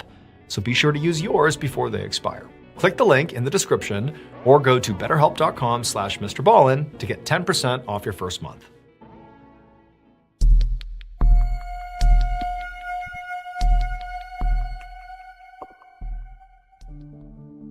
On the morning of August 8th, 2024, a 48-year-old Russian woman named Lyudmila Lazarenko sat on the floor of a bungalow deep in the Amazon rainforest in Peru. The bungalow was small and mostly just for sleeping, but it was connected to a communal kitchen and dining space. Lyudmila sat right in the middle of the bungalow on the floor with her eyes closed and her legs crossed, and she was trying to meditate, but the sounds of the birds and the insects outside in the rainforest, plus the sound of her friend, Ivan Kuzmin, who was moving around in the attached kitchen, were making it hard for her to concentrate. And so Lyudmila finally gave up on meditating for right now, and she opened her eyes and she looked out towards the kitchen, and she saw her friend, Ivan, who was 38 years old and from Ukraine, and he was busy brewing some tea. So Lyudmila and Ivan genuinely were just platonic friends. In fact, Lyudmila, she was married and had 2 kids, but she was out here alone. She and Ivan were actually part of what was a retreat out in the Amazonian rainforest with other people from all over the world who would come out here to meditate in nature and do some soul searching and hopefully come back to their regular lives with some additional perspective. Now, Lyudmila and Ivan had been going to retreats like this for the better part of 2 years, and that was actually how the two had met each other.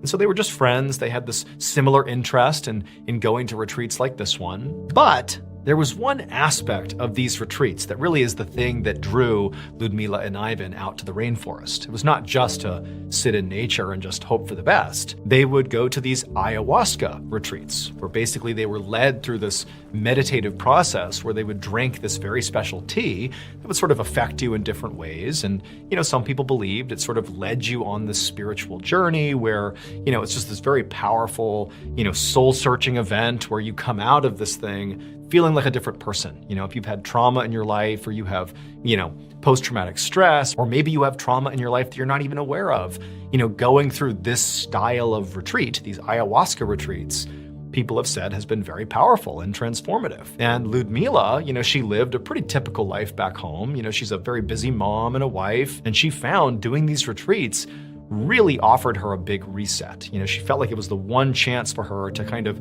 disconnect from responsibility and just be at peace. And Ivan, for the most part, felt very much the same way. I mean, he came to these retreats for similar reasons for his own life. And so here they are, they're out in the rainforest, and they're brewing up some tea, some ayahuasca tea, and they're in this bungalow and they're getting ready to have this sort of meditative journey, but they were about to break a very important rule. So the man who ran this particular retreat out in this part of the rainforest, he made it explicitly clear to everybody who came out there that no matter how many times you've come to these retreats or similar retreats, you never, ever drink the ayahuasca without a shaman present, basically without somebody else there to sort of help guide you through this process. If you were to do it on your own, who knows what could happen? And so everybody knew you cannot do this on your own. But Ludmila and Ivan, they felt like, what, I get it. We're not supposed to do that. We know that. But we've done this so many times and we know what we're doing. So let's just brew up some ayahuasca of our own and we'll stay in our bungalow and we'll drink it ourselves. We'll have our own experience. Nobody will even know. And so that's what Ivan was doing in the kitchen. He was making ayahuasca tea. And when he was done, he grabbed 2 mugs of this tea. He walked back over to Ludmila, who was in the bungalow section. He sat down next to her. They drank their tea and they both laid down on the ground and closed their eyes. A couple of hours later, the director of this retreat, who at the time was directing some group meditation not very far away from the bungalow where Ivan and Ludmila were, he was doing this group meditation when he heard a loud scream, and it was coming from somewhere near the bungalows. And instinctively, he got up, he abandoned the group he was with, and he ran to the scream. And he saw one of his staff members. She was the one who screamed, and she was standing looking into the bungalow where Ivan and Ludmila were. And so the director rushes over and gets right next to this woman, and he looks into the bungalow. And immediately, he knew 2 things. One, he knew for a fact these 2, Ivan and Ludmila, had broken the rule. They had taken ayahuasca without a shaman present. And 2, they had paid a horrible, horrible price. So ayahuasca is not just some herbal tea. It is a very powerful hallucinogen. And that's the whole point. People go out into the rainforest for these retreats and drink this hallucinogen in order to basically have perspective on their lives that you can only get by, introducing this chemical and causing yourself to hallucinate. People talk about almost seeing themselves from the outside looking in and like having this deeply spiritual event where you come out of your trip, that's what it's called, feeling like, oh my goodness, I know myself better now because of the hallucinations I just went through. But critically, the reason you have to have a shaman present in these retreats is really for safety. Because sometimes when you take ayahuasca, you have a bad trip where you have all these hallucinations, but they're of horrible, terrifying things, but you can't differentiate them from reality. And so you're living in a nightmare. And a lot of times these bad trips, it feels like something's gonna happen to you. You're gonna get hurt in some way, or somebody else is gonna get hurt unless you act. But again, you're sort of out of your mind. And so you have these shamans present to protect you from yourself. But Ivan and Ludmila didn't have a shaman present. And so when they entered their trip, Ludmila was having a good trip, Ivan was not. He had a horrible trip. And in his trip, he believed that Ludmila had become possessed by evil spirits, and he needed to save her soul. And how was he gonna save her? Well, he took a metal bottle and beat her savagely And then he went and got a knife from the communal kitchen and he proceeded to dismember her. That staff member who walked over and screamed, they looked in and saw Ivan looking at them, smiling, totally insane looking, still high on ayahuasca, and there are pieces of Ludmila all over the bungalow. Here is a picture that was taken of Ivan very shortly after that staff member discovered this bloodbath inside of the bungalow. Ivan is literally sitting on the ground, feet away from pieces of Ludmila. He's just murdered her savagely, and he's still absolutely tripping on ayahuasca. He looks like an absolute madman. Ivan would come down from his ayahuasca trip, and when he did, he immediately confessed to what he had done, and he was arrested for murder, and he is currently serving time in prison in Peru.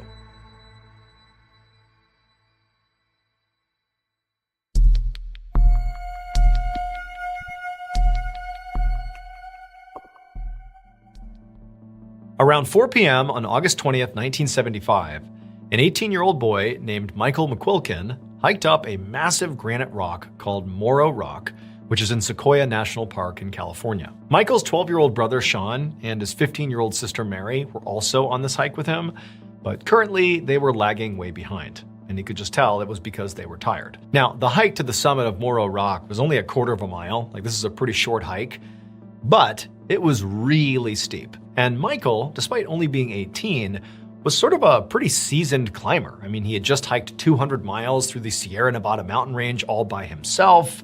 And so for him, this terrain was no big deal, but he knows his siblings are not big mountaineers, nor are they pretending to be. And so he thought, okay, I'll wait, I'll let them catch up. But as Michael waited, he started to notice that the sky was getting pretty dark. Now, he had checked the weather before coming out here, and there was not supposed to be a storm, but it was sort of undeniable that something's happening. This is not normal. It's getting pretty dark and windy. But Michael told himself that, you know what? Maybe there's just a little pocket of weather and it'll pass. This can't be a big deal. And then eventually his siblings finally caught up to him. And then together, just a couple of minutes later, they were right at the summit. Now, by the time they were on the summit, they're looking out and the view is spectacular. But now it's becoming increasingly apparent to all three of them that this weather system, whatever's rolling in here, is pretty big and pretty bad. This is not some passing little thing. The sky is like pitch black at this point. But before they left, they just wanted to take a quick picture. And so because they didn't have a tripod or anything, they actually had Mary just take a picture of Michael and Sean. It was the best they were going to do. They couldn't really get a group shot. And so Mary snaps a photo of the two brothers. And then after taking this photo, they put the camera away and they're about to begin their descent when suddenly, all around them, everything turns bright white, and there's this loud cracking sound, and then Michael is thrown to the ground, and before he has any idea what's going on, he's looking over, and he sees his brothers on the ground, his sisters on the ground, and in fact, he sees smoke coming off of Sean's back. And that's when he realized they had just been struck by lightning. Now, Michael didn't really know if he was badly hurt or not, but he was able to jump right to his feet, and he felt like he was basically okay, and his sister also, she was able to stand up, and they're obviously both disoriented and shocked. But Sean, I mean, he's in a heap on the ground and is literally smoking. It seemed like he really took the brunt of this lightning strike. And so Michael and his sister, they scooped Sean up, and together they hustled down the mountain, they got in a car, and they rushed to the hospital. And somewhat unbelievably, despite taking effectively a near direct hit from a lightning bolt, Sean survived. I mean, he was covered in burns, but he and Michael and Mary all lived through this strike. But the reason we know about this lightning strike is not just because they survived. That's great, but that's not why we still talk about it today. The reason we still talk about it today is because of that picture that Mary took of Michael and Sean standing on the summit of this mountain. If you look at this picture, you can see that the two brothers, their hair is sticking up in all directions. And they noticed at the time that their hair was standing up, but they didn't know why. They thought it was kind of funny. That's why they're smiling in the picture. But what they didn't realize they were capturing in this photo is the very scary phenomenon that occurs when you're basically right about to be struck by lightning. The air around you, especially if you're in a very exposed spot, like the summit of a mountain, gets electrically charged and your hair stands up right before you're hit by the bolt. And so now this picture is now used by the National Park Service to show people what to be aware of when you're out hiking on these mountains. If your hair starts to stand up, you better move.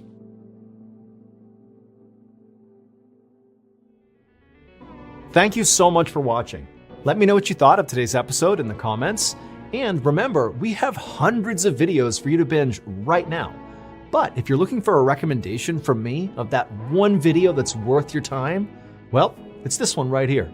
So give it a watch. All right, until next time, see ya.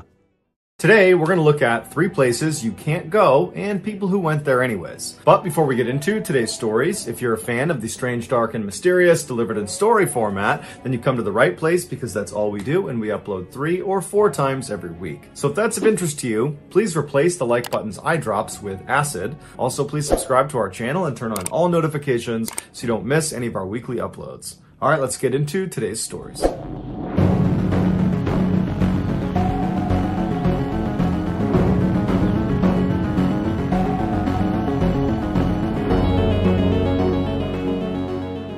In the 1960s, Alan Burkhart opened a riverfront restaurant in Beaumont, Texas. And for the next 50 plus years, his customers would eat burgers, drink beers, and on super hot days, they would jump off the pier into the river to cool down. But one day in June of 2015, while Alan was in his restaurant looking out the back window, he saw something strange in the river. When he went outside to get a better look, he noticed his customers who were eating outside had also noticed this strange thing, and now they were standing up and nervously watching it as it floated by.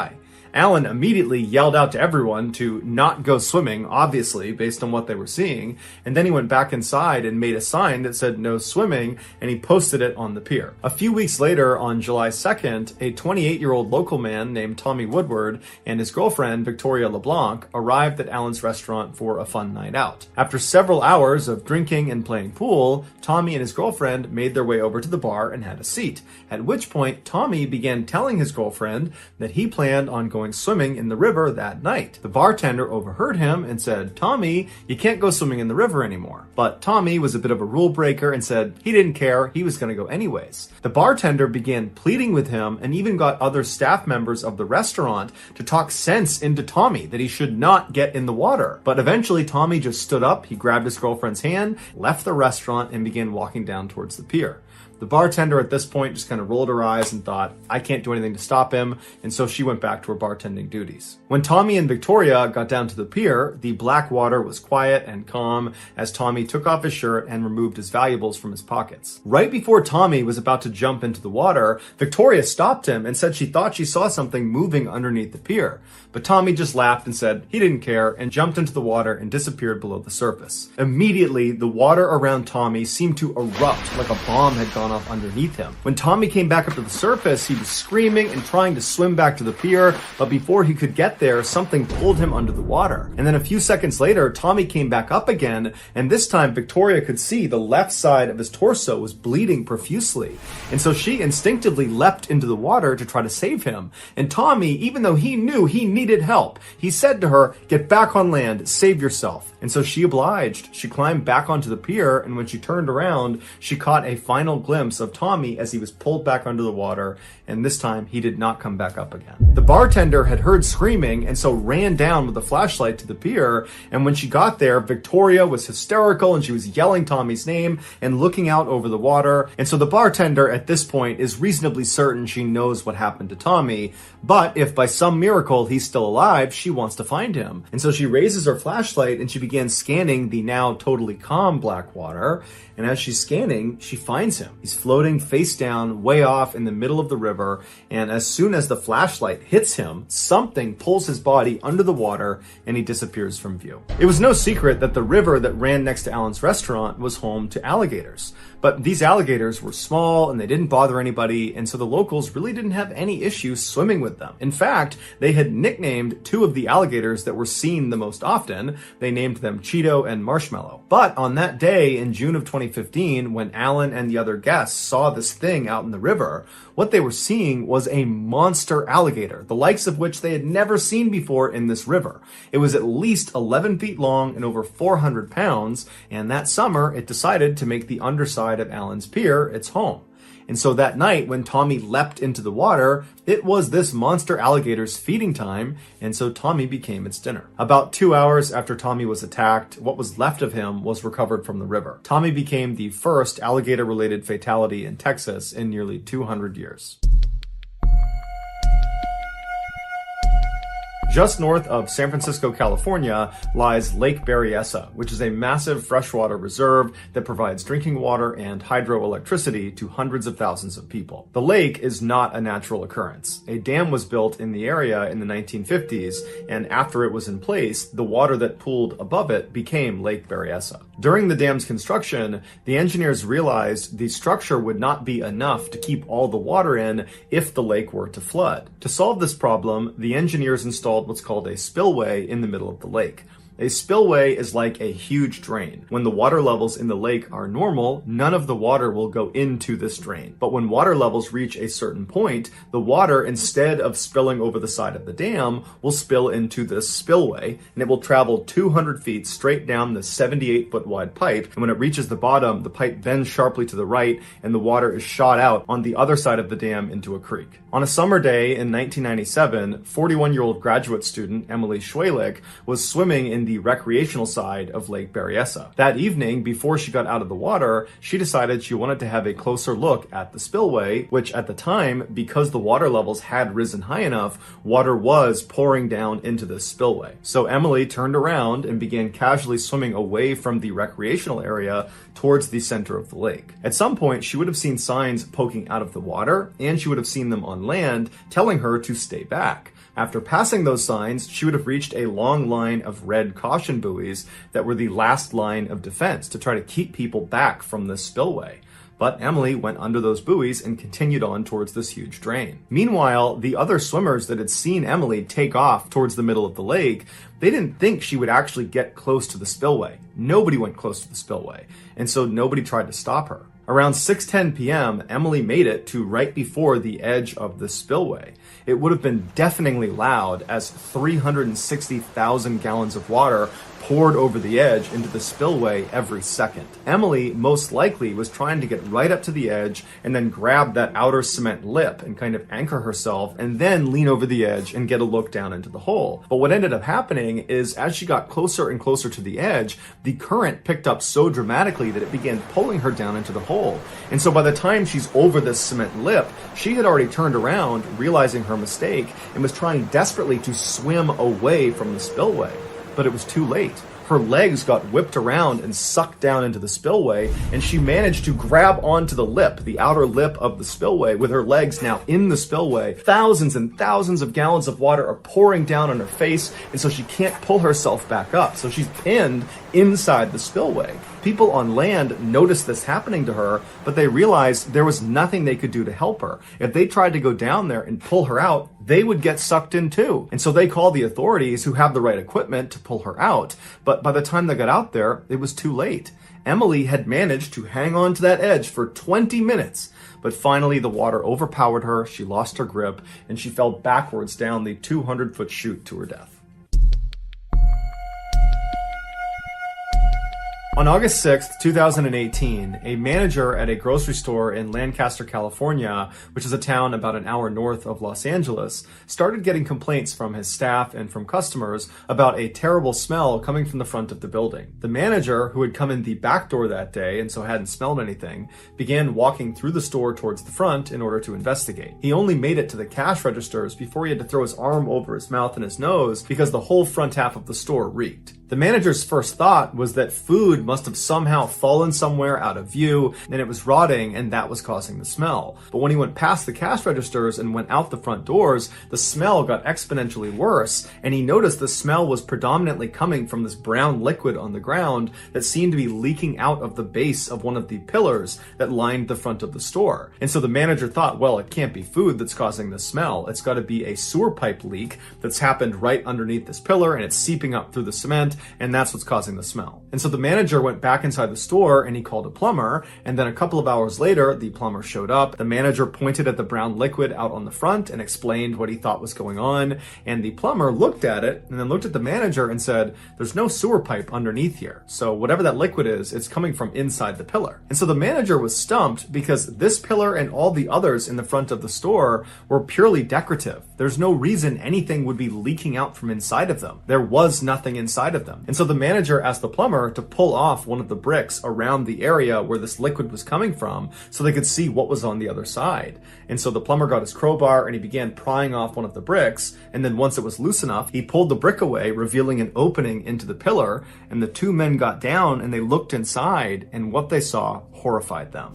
And they immediately backed up and they called the police. 5 days earlier, a 35-year-old man named Ray Rivera was pulled over by Lancaster, California police on suspicion of driving a stolen vehicle. As soon as the officer got out of their cruiser and began approaching Ray's vehicle, Ray peeled off down the road, turned the corner, and was gone. The officer immediately got back in their cruiser and took off after Ray, but he had gotten a huge jump start and he had fled into a highly populated and busy area where it would be relatively easy to blend in and disappear. The officer called for backup, and before long, there were dozens of other cop cars in the area looking for Ray, but no one could find him. A little while later, the police heard over the radio that a car matching the description of the one Ray had been driving had just crashed into a local grocery store. And so the police head over to the grocery store, and sure enough, there's Ray's white pickup truck crashed into the side of the building, but Ray is nowhere to be found. The police began asking witnesses at the store if they had seen the man driving the white pickup truck, and a few said they had. They said after he crashed, he leapt out of the vehicle and he ran inside the grocery store and then went up a flight of stairs to the staff-only area. The police went inside the grocery store and searched the staff-only area, and they searched the rest of the grocery store, but he wasn't there. And so they assumed at some point after going inside, he managed to slip back out again and had escaped on foot. And so the police, just as a precaution, stayed outside of this grocery store for several more hours in case if Ray was in there, they would catch him trying to leave. But after a couple of hours, he never did. And so they put out a warrant for his arrest and they left. Well, it would turn out Ray had run inside the grocery store, but he had never left. After running up to that staff-only area, he found a crawl space and he hid inside of it for several hours until the police left. And then at some point that evening, he decided he wanted to find a better hiding spot, and so he made his way onto the roof. Now, it's not entirely clear how he did that. Either the crawl space he was in directly connected to the roof, or he got out of the crawl space and then found his way onto the roof another way. But regardless, he found his way onto the roof, and when he got up there, he realized the roof was totally flat until you got to the very front edge of the building, the part that looked down into the parking lot. There, on the roof, was this small structure that was built up just on the front end of the roof that gave the impression from the parking lot looking up that this building was a lot bigger than it really was. On the backside of this phony structure was a door that was accessible from the roof. Ray saw this access door and ran over to it. He tried the handle and it was unlocked. And so he opened it up and he went inside. Now, this attic-like space that sat on the front of the building really didn't have that much of a purpose to it. However, it did provide access to the insides of all of the pillars that lined the front of the store. And so it's believed that Ray, as soon as he walked inside, saw these openings and believed one of them would be the perfect hiding place. And so he lowered himself feet first into one of these hollow chutes. He got his feet and his legs, his hips, and most of his torso into this tight 9-inch by 17-inch space, but his shoulders were too broad. They would not fit into the pillar. And so he raised one arm over his head and he kept his other arm pinned by his side in order to make himself as narrow as possible. And this worked. Inch by inch, he began sliding deeper and deeper into this 2-story tall pillar until he was completely out of sight. But as soon as his shoulders had gone down into that pillar, he would have realized he had made a grave mistake. With one arm pinned above his head and the other pinned by his side, he would not have been able to pull himself back up out of this narrow space. He was stuck. And so he probably began squirming and trying to use his feet to try to get back up into the attic space, but all of that movement only made him slip farther and farther down into this pillar until his feet touched the ground at the absolute bottom. And so not only is he already in this totally compromised position that would have made it hard to breathe, he was also in such a narrow space that the walls of this pillar literally were crushing his chest, making it nearly impossible to get a full breath of air. And when he screamed out for help, nobody would have heard him because he was entombed inside of multiple layers of cement and brick. Also, making an already horrible situation that much worse, Lancaster, California was experiencing a very significant heat wave that month. And so all day long, the sun would have been blazing down on the outside of that pillar, heating up the inside like an oven. 5 days after Ray got trapped, the plumber removed that brick on the pillar, and he and the store manager bent down and looked, and they saw Ray's leg. The smelly brown liquid that had been coming out of the pillar that had alerted everyone to this in the first place was purge fluid, which is something that comes out of a decomposing body. So that's gonna do it, guys. If you found the secret in today's episode, let us know in the comments section what it is and where you found it, so give us the timestamp, and if you're the first to do that, we'll pin you at the top of the comments section. If you got something out of today's episode and you haven't done this already, please replace the like button's eye drops with acid. Also, please subscribe to our channel and turn on all notifications so you don't miss any of our weekly 3 or 4 video uploads. If you want to get in touch with me, you can direct message me on Instagram or on Twitter. My username is the same on both platforms. It's JohnBallen416. I also have a ton of content over on TikTok where my username is MrBallen. I also have a second YouTube channel called MrBallen Shorts where I post random short videos and lost episodes. If you have a story suggestion, please submit it to our subreddit just called MrBallen. It's linked in the description below. So whether I see you on Instagram, Twitter, TikTok, Reddit, YouTube, or some combination, just know that I really appreciate your support, and until next time, that's gonna do it. See ya. Today, we're gonna look at 2 spooky stories about people's run-ins with terrifying creatures. But before we get into those stories, if you're a fan of the strange, dark, and mysterious delivered in story format, then you've come to the right place because that's all we do, and we upload once a week. So, if that's of interest to you, please take the like button out to pet some furry, cute animals at the zoo, but instead of taking them to the zoo, take them to pet a pack of wild, hungry hyenas and stack their pockets full of hot dogs. Also, please subscribe to our channel and turn on all notifications so you don't miss any of our weekly uploads. And also, I am on tour right now, so be sure you follow me on Instagram. My Instagram handle is just MrBallen, where you will see all the behind-the-scenes magic of us being on tour. It's really good. Again, Instagram, MrBallen is my handle. Check it out. Okay, let's get into today's stories.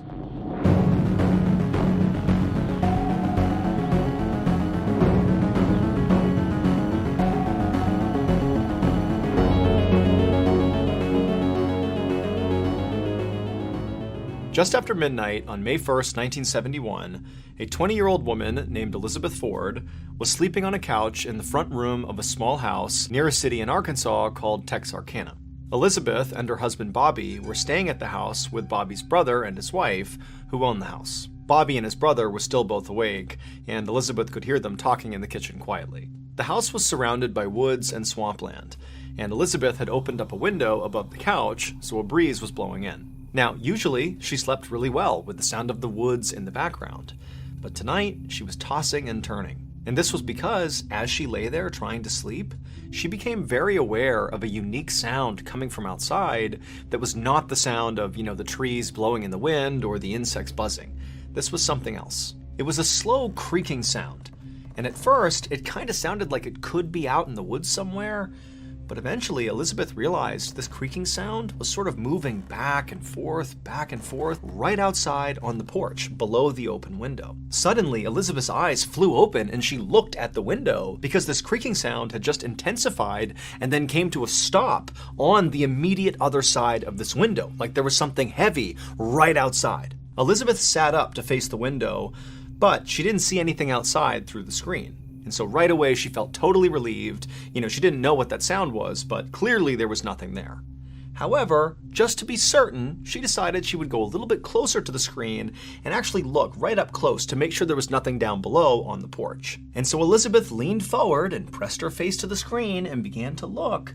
And as she did, this dark figure down below suddenly rose up and completely blocked out the window. And Elizabeth's looking at it, having no idea what it is. And before she could do anything, this huge thing slashed at the screen, and this big reddish furry brown paw with razor-sharp claws cut through the screen and nearly cut Elizabeth's face. Elizabeth screamed and practically fell over, and this dark creature outside turned and bolted and disappeared. And then a moment later, Elizabeth's husband Bobby and his brother came running into the room asking what was going on. Elizabeth was so shocked at what she had just experienced that all she could say to her husband was, "It's a bear! It's a bear!" Bobby helped Elizabeth off the couch and then told her and his brother's wife to stay in the house and away from the windows. And then Bobby and his brother got shotguns and flashlights and went outside. Once outside, Bobby and his brother began scanning all around the porch area where Elizabeth had apparently seen this bear to see where it was. They held their flashlights out and they scanned the tree lines. They looked all over the place, all around the front of the property, but there was no sign of this animal. And so the brothers looked at each other and nodded, and then they both left the porch and went different directions, kind of looping around the back of the house. They were going to scan the entire property and meet up at the back. And when they met up at the back, they still hadn't found this bear, and so they walked away from the house towards the tree line and did another big sweep together of the entire perimeter, again, looking for any sign of this animal. But there was nothing. And so after a while of circling the property, the brothers decided that, this bear must have just run off. And so Bobby and his brother returned to the porch to figure out their next move. Both Bobby and his brother were hunters, and they knew that usually the best thing to do with the bears that roamed this area was to leave them alone. I mean, these bears could grow to be 500 pounds, and if they were provoked, they could run at 35 miles an hour. And so generally, you just stayed away from these things, and they'd leave you alone too. However, as the brothers were sitting there talking through what had happened that night, they both said, it definitely seemed like this bear was different. I mean, apparently it was aggressive enough to come right up to the house, unprovoked, and reach in and swipe at Elizabeth, which obviously was not normal bear behavior. And so, to Bobby and his brother, this meant that they really couldn't just leave this bear alone. They had to go out there and find it and kill it to protect themselves. And so Bobby lit a cigarette to calm his nerves, and then the two brothers came up with a plan for how they were going to go find this bear. Bobby's brother would man the front of the house, and Bobby would man the back of the house. And they would stay in their respective positions monitoring the property until either they saw the bear and dealt with it, or until the sun came up, at which point they could go get help. And so after agreeing to this plan, Bobby took one final drag on his cigarette, chucked it to the ground, and then with a shotgun in one hand and his flashlight in the other, he stepped off the porch and walked around to the back of the house and stared off into the darkness.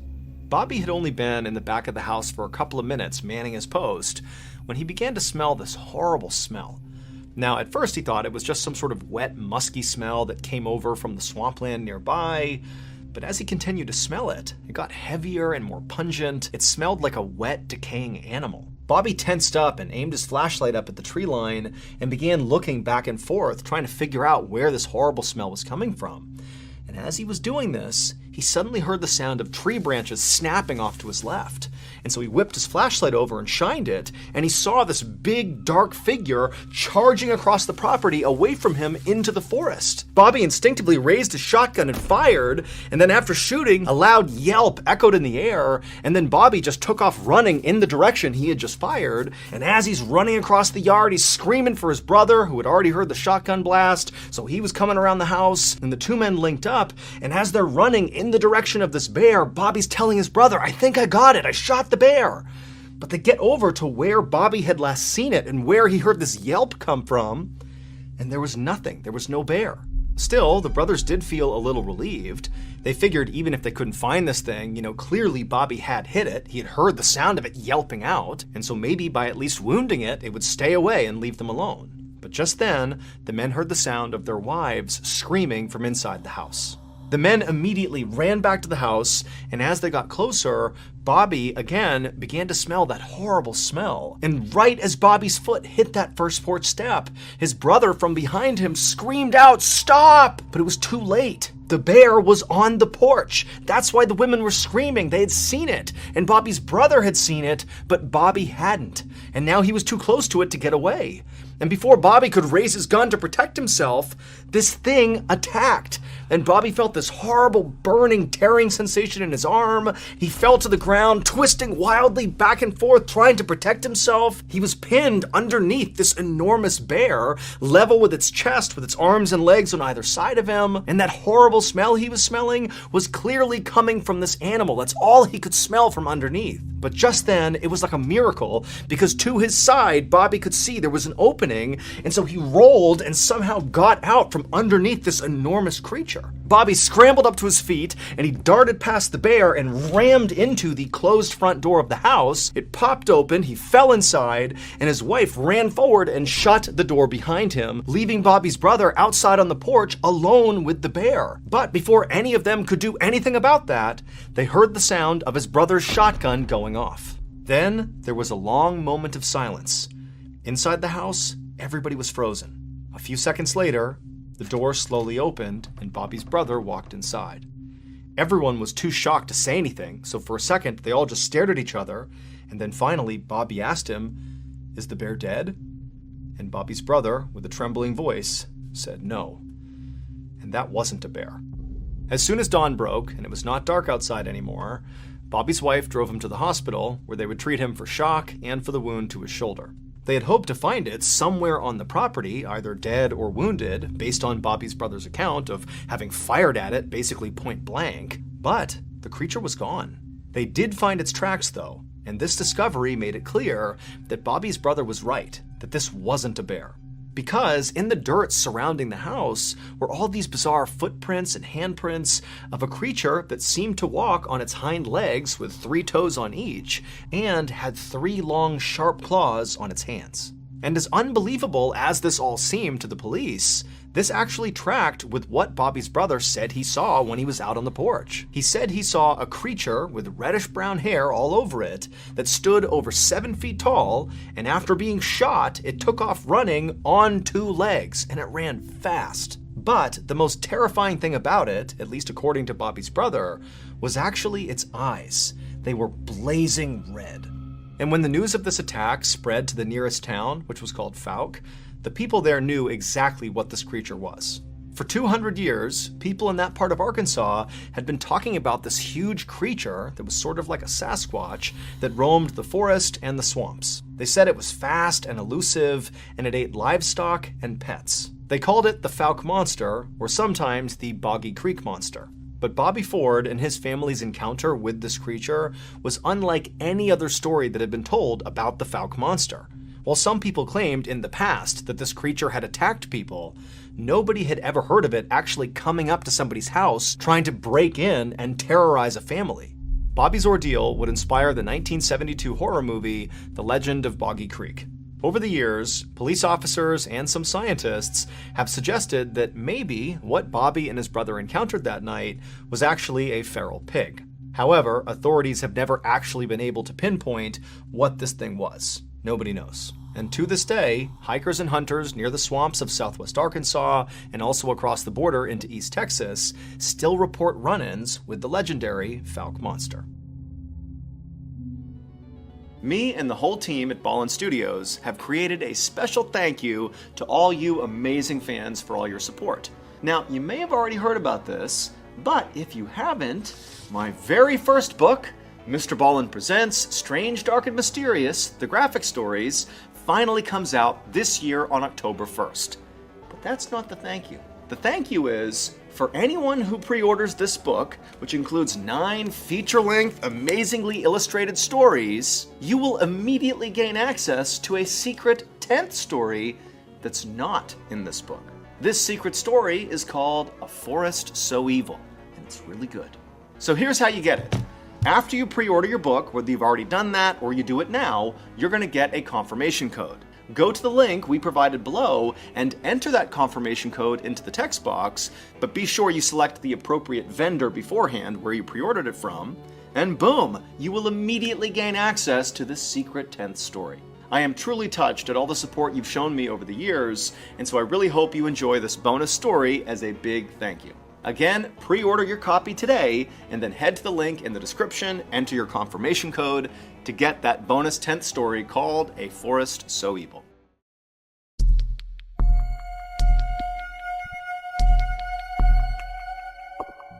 On the evening of August 1st, 2015, a 20-year-old man named Fraser Baloyi walked alone down a main road toward his village in the South African province of Limpopo. Fraser was on his way home from work, and he was pretty desperate to get there. It was only about 7:30 p.m., and usually around this time, Fraser was used to seeing other people out and about on this road, just kind of walking around in the dusk or, chatting or doing various errands, but tonight there was nobody out there. And in fact, in recent days, this area of Limpopo had basically become a ghost town. Nobody went out unless they absolutely had to, because over the last 10 days, over 20 people in this area had been brutally mauled. The victims had all insisted that the creature that had mauled them was some kind of 4-legged demon, and they had begun calling it the Beast. Now, Fraser considered himself a pretty level-headed person who did not necessarily buy into the hype around this beast. He figured it was very likely just a dog. But still, he didn't want to get attacked. And so as he walked down this vacant road, he periodically looked over his shoulder just to make sure no dog was following him. As Fraser continued to walk along, he looked up and saw the huge forest fire that was raging on a mountain miles and miles off in the distance. A few days ago, the fire had started, and from Fraser's perspective, it still seemed to be going strong. In fact, in the darkness, it almost looked like the mountain was glowing red. Just then, Fraser noticed the turnoff for the shortcut that would take him through some forest back to his home, and when he got there, he stopped and looked over his shoulder one more time to make sure he was still all alone, and he was, and then he stepped off the main road, into the woods, and into the darkness.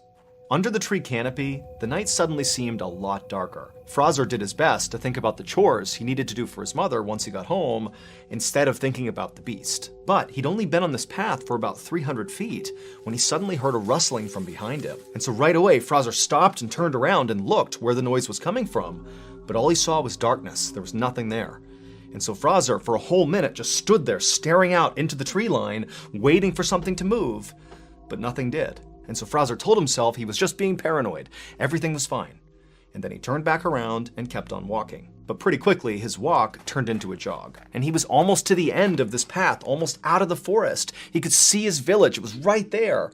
When he heard noises behind him again. Except now, in addition to the rustling sounds, he heard a new sound. It was like a wheezing sound, like a sick animal that was breathing heavily. Now, Fraser knew he was not just being paranoid. Something was out there, and it seemed like it might be following him. Without slowing down, Fraser looked over his shoulder again to see what was out there, but again, he just saw nothing. It was just shadows. However, when he turned back around and kept on going towards his village, he heard this loud crashing sound behind him, like a massive animal had leapt out of the brush and landed on the path behind him. And so Fraser was immediately so scared he couldn't even turn around. He just started sprinting toward the village, and all he could hear behind him were these loud, pounding footsteps as whatever this was gaining on him. And so Fraser was so instantly terrified that instinctively he just started sprinting off without even looking behind him. And so as he's running, this thing's gaining on him, and again he can hear this awful wheezing sound coming from whatever this is, as if there was something wrong with its lungs. And in Fraser's panic as he's sprinting through the forest, Fraser's telling himself it's just got to be a rabid dog. That's why it's making those sounds. But he knew that didn't track. This thing is huge. This can't just be a rabid dog. And so Fraser just kept on running and running, and finally he got out of the trees, back into his village, and at the exact same moment, the pounding footsteps behind him came to a stop. But again, Fraser, he didn't turn around. He's too scared. He just ran for his door. His house was right there in front of him, and he gets to his door. He's about to open it up, and right as he does, he feels this searing pain in his neck. This creature, whatever it was, had leapt and grabbed onto him and bit down on the back of his neck. And so Fraser crumpled to the ground and threw his arms up over his head to protect himself, and with one eye, he can see it's this massive black creature on top of him, chewing on the lower half of his face. And so Fraser, he couldn't even feel any pain. He just began screaming for help, and he tried to push it off of him, but he couldn't. And then a second later, a flash of metal came across his eye as his mother and other villagers who had seen this happening and heard him screaming came out and began smashing whatever this was with shovels. And so a second later, Fraser's pulled away and dragged towards his house, and this huge black creature, it marched over to the edge of the tree line and just stopped, turned, and looked back at Fraser and his mother and the neighbors. And Fraser, as he's sitting there in total shock, he can tell that whatever this thing is, this enormous dog-like creature, this had to be the beast. That's what just attacked him. And in this moment, Fraser realized, this creature may have the shape of a dog, but it was not a dog. South Africa has its share of wild dogs, jackals, and hyenas, and typically they're multicolored and fairly small. And this thing was jet black, pitch black, and gigantic. And when this thing first started chasing Fraser, he'd had that panicked thought that maybe it was a rabid dog. But rabid animals are typically lethargic and confused. And this thing that was 15 feet away from them was absolutely alert and calm. The only thing sick about it was that horrible wheezing sound it would make as it breathed. And as Fraser and his mother and the neighbors just stood there staring at this thing, this creature just continued to stare back at them with piercing eyes. and its eyes were not normal. These were not like animal eyes or dog eyes. They were too small and set at the wrong angle, and there was real sentience behind them. They were human eyes. Just then, Fraser's mother grabbed Fraser and yanked him, kind of jerking him back to reality, and he scrambled to his feet, and he and his mother and the two neighbors, they took off running back into their respective homes. All the while, this creature just sat there on the edge of the forest, staring still in the direction of Fraser and his home. Once inside of Fraser's house, his mother immediately dialed the emergency number to tell the police about what had just happened, but the police told her they were not going to send people out there to deal with some dog. And so Fraser's mother decided she would just treat her son's wounds on her own until this dog-like creature had left, and then once it had, she would get him a ride to the hospital. However, as Fraser and his mother stared out the window at this creature, it didn't leave. It just sat there staring back at Fraser and his mother with these hideous human eyes for hours and hours. Finally, in the morning, it was gone. The attack on Fraser was the last straw for the people of his village. They believed the creature that had bit his face was the demon beast that had hurt so many other people. And so the elders of Fraser's village came up with a plan of how to deal with this beast. And so a few days after the attack on Fraser, this group of elders went off on a journey up into that mountain that Fraser had seen off in the distance that had that huge forest fire on it. And they were there for 2 whole days before returning to the village and telling everyone that they had successfully performed a ritual that had appeased their ancestors, and so hopefully now the attacks would stop. And sure enough, they did. They did not see the beast again. At least 40 people in Limpopo had encountered the beast at some point, either because they were attacked or they helped fend it off, like the neighbors did with Fraser. But because this beast was never caught, and it did stop attacking the village and just kind of disappeared, nobody ever actually figured out what it was. To this day, people in Fraser's village maintain that this creature was a demon and that it came down from the burning mountain, because every person, including Fraser, who had encountered this beast, noted its wheezing, heavy breathing, as if its lungs had been damaged by smoke. In all, at least 40 people in Limpopo encountered this beast, either because they were attacked or they helped fend it off. But because it was never caught, there is no definitive proof of what it actually was.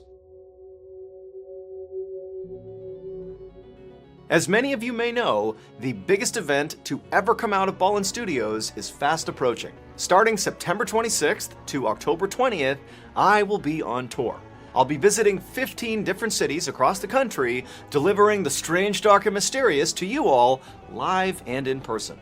We did one sold-out show last year in Austin, Texas at the Paramount Theater. It was sort of like to see if people liked it, and it seemed like people loved it, so we decided to take that format and run with it. On this year's tour, just like in Austin, Texas last year, there will be some OG classic MrBallen stories and some brand new stories that nobody has heard yet. They're going to be really good. Now, tickets for these 15 different stops have been selling really quickly, but there are still tickets available in cities like DC, Chicago, and Houston. So if you have not gotten your tickets yet, go to tour.ballenstudios.com to see if there are tickets available in a city near you. Again, to get your tickets to see me tell stories live and in person, go to tour.ballenstudios.com. Thank you, and I hope to see you all at one of my shows. Wait, don't go anywhere. If you're looking for more strange, dark, and mysterious videos, click here. One evening in November of 2016, a professor was sitting outside in his backyard during a torrential thunderstorm. The sky was black, rain and hail were falling everywhere, and all around him, all he could hear were countless sirens. The city was in the middle of a full-scale disaster. But this professor was not actually shocked, because the day before, he had predicted this, and he had tried to warn people, but his warning had not worked. And now, people were dying in the exact way he knew they would. But before we get into that story, if you're a fan of the strange, dark, and mysterious delivered in story format, then you've come to the right place, because that's all we do, and we upload once a week. So if that's of interest to you, please buy the like button, a gift certificate to a massage parlor, but before they go in, make sure to replace all the massage oils with honey and fire ants. Also, please subscribe to our channel and turn on all notifications so you don't miss any of our weekly uploads. Okay, let's get into today's story.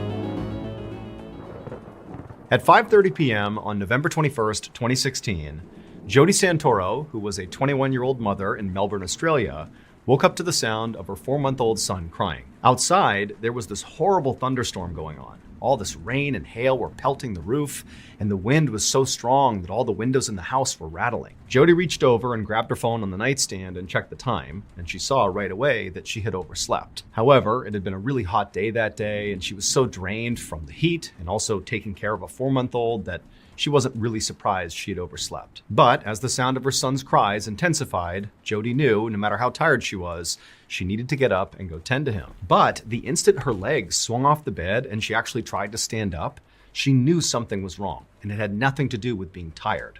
She had this incredible sense of dizziness come over her, and then her chest suddenly tightened up to the point where she could barely even breathe in. She found herself grabbing the bed just to steady herself. However, as alarming as this was, Jodi didn't panic. She knew this feeling. She had been dealing with asthma for years, and she knew this was the start of an asthma attack. And so Jodi reached over for her inhaler on the nightstand. She picked it up, brought it to her lips, pressed it down, and then took in a measured breath of the medication, expecting to pretty much immediately feel relief. But she didn't. The inhaler wasn't working. Jodi again pressed down the inhaler harder this time and took a bigger breath in, hoping that a bit more medication might do the trick. But again, it just was not working. And so now with panic rising inside of her, she's, still struggling to breathe. Her son is still freaking out and she can't tend to him. And all she was thinking is, I have to get my nebulizer, which is basically a more robust version of an inhaler. It provides more medication more quickly into your body. However, the nebulizer, which was just over in her closet, required some setup. And she knew she felt so frantic right now and she was shaking so much that she didn't think she'd be able to set it up or even set it up in time before she passed out. Just then, her fiance walked into the bedroom, drawn there by the sound of their son crying. But the second he walked in, his attention was not on their son, it was instead on Jodi, who by now was clutching the bed and kind of hobbled over and very clearly having some sort of medical emergency. Jodi turned to him and began to say, I can't breathe. But her fiance already knew she had asthma. He knew what these attacks looked like. And so without even needing to be told, he rushed to the closet, set up her nebulizer, and then put the mask right over her face. And as soon as it was, Jodi took in the biggest inhale she possibly could, really believing this was going to stop the asthma attack.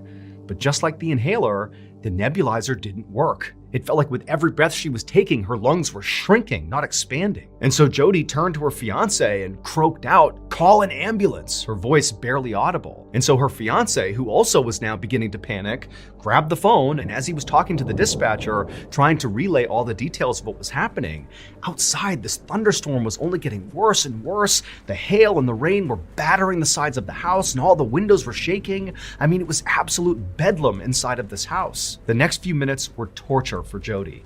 She laid on the bed waiting for paramedics. Her breaths at this point were so small, so shallow, like she knew she was about to pass out any second. And then finally the paramedics rushed inside. She knew there were 2 people in the room, but it was so chaotic. And all she could say when they showed up in the room was, "I'm going to die. I'm going to die." The paramedics lifted her off the bed. They put her on the gurney. And as they wheeled her out the door towards the ambulance, her world went totally black. We're all looking for a fresh start this time of the year. Whether it's trying to eat better or lose weight, we all have some bad habits we're trying to stop and some good habits we're trying to start. Well, make this the year that you finally start to get out from being under that crushing debt. And the first step to doing that is contacting PDS Debt for a personalized solution. Before I became Mr. Ballen, my wife and I definitely struggled financially and definitely fell into some debt. Had we had PDS Debt at the time, I would imagine that would have made our lives a whole lot easier. PDS Debt has customized options for anybody struggling with credit cards, personal loans, collections, or medical bills. If you're making payments every month on your debt and your debt is still not going down, PDS Debt has solutions for you. PDS Debt strives to understand your specific scenario to help provide alternative solutions to becoming debt-free. Everyone with $10,000 or more of eligible debt qualifies, and there is no minimum credit score required. Save more while paying off your debt in a fraction of the time. Make this the year you take control of your debt. Get a free debt analysis right now at pdsdebt.com/MrBallen. It only takes 30 seconds. Again, that is pdsdebt.com/MrBallen. Okay, back to the story.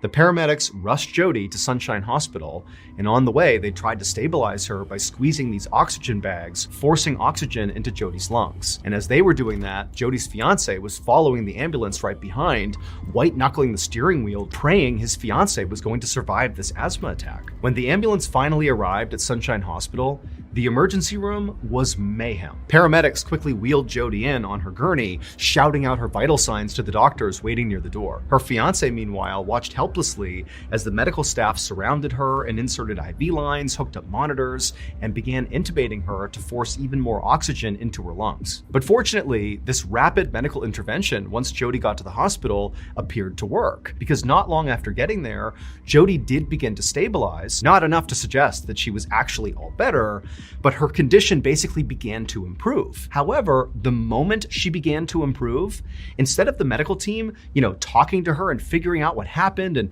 making sure she really was on a path to recovery here, instead, the medical team literally ran out of her room, back out to the front of the ER, because by this point, the Sunshine Hospital ER was overflowing with patients. There were all these people in the waiting room and also outside, and basically everybody had the same symptoms as Jody. They couldn't breathe. There were people slumped on the ground against the wall, screaming for help.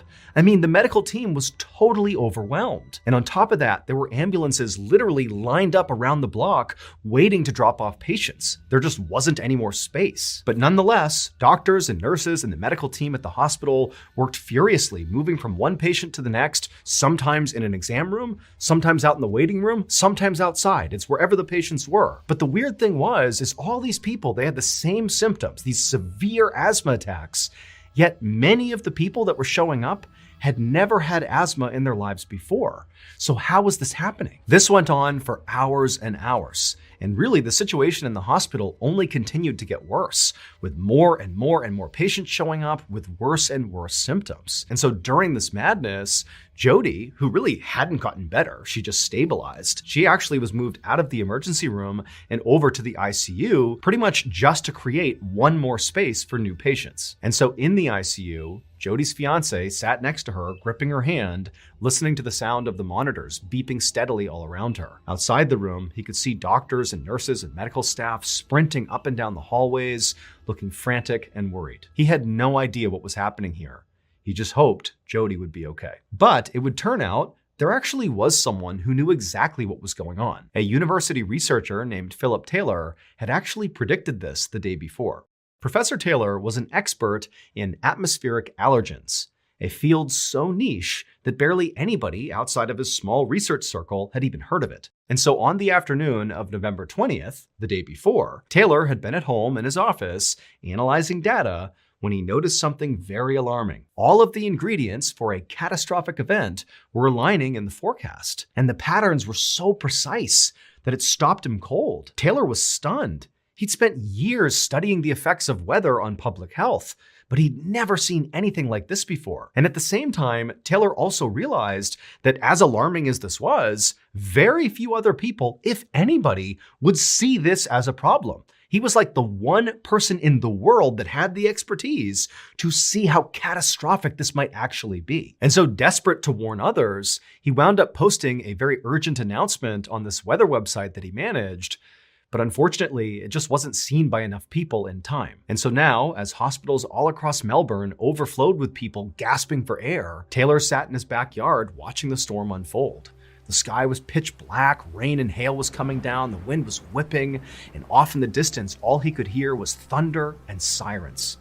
And he knew, unfortunately, his prediction had been right. Just like Professor Taylor's weather models had predicted, on November 21st, 2016, Melbourne, Australia was hit by an extremely rare event known as thunderstorm asthma. This deadly phenomenon can only occur when three very specific weather conditions align. 1, high heat during the day.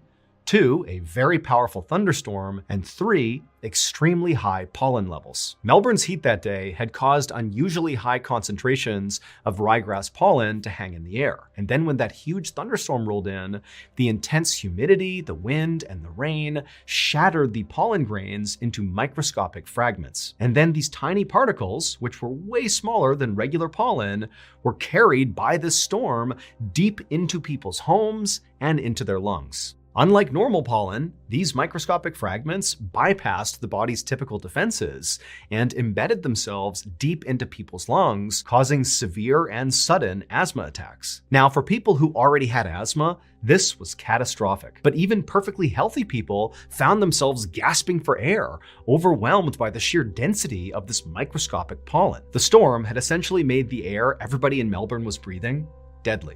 As for Jody Santoro, she would spend days in the ICU, hooked up to monitors, with machines pumping oxygen into her lungs while her body fought to heal. But she was lucky. She would eventually recover. And in the days that followed, she would learn the full scale of what actually happened in Melbourne. Nearly 10,000 people had flooded the hospitals across Australia, complaining of the same symptoms that Jody did.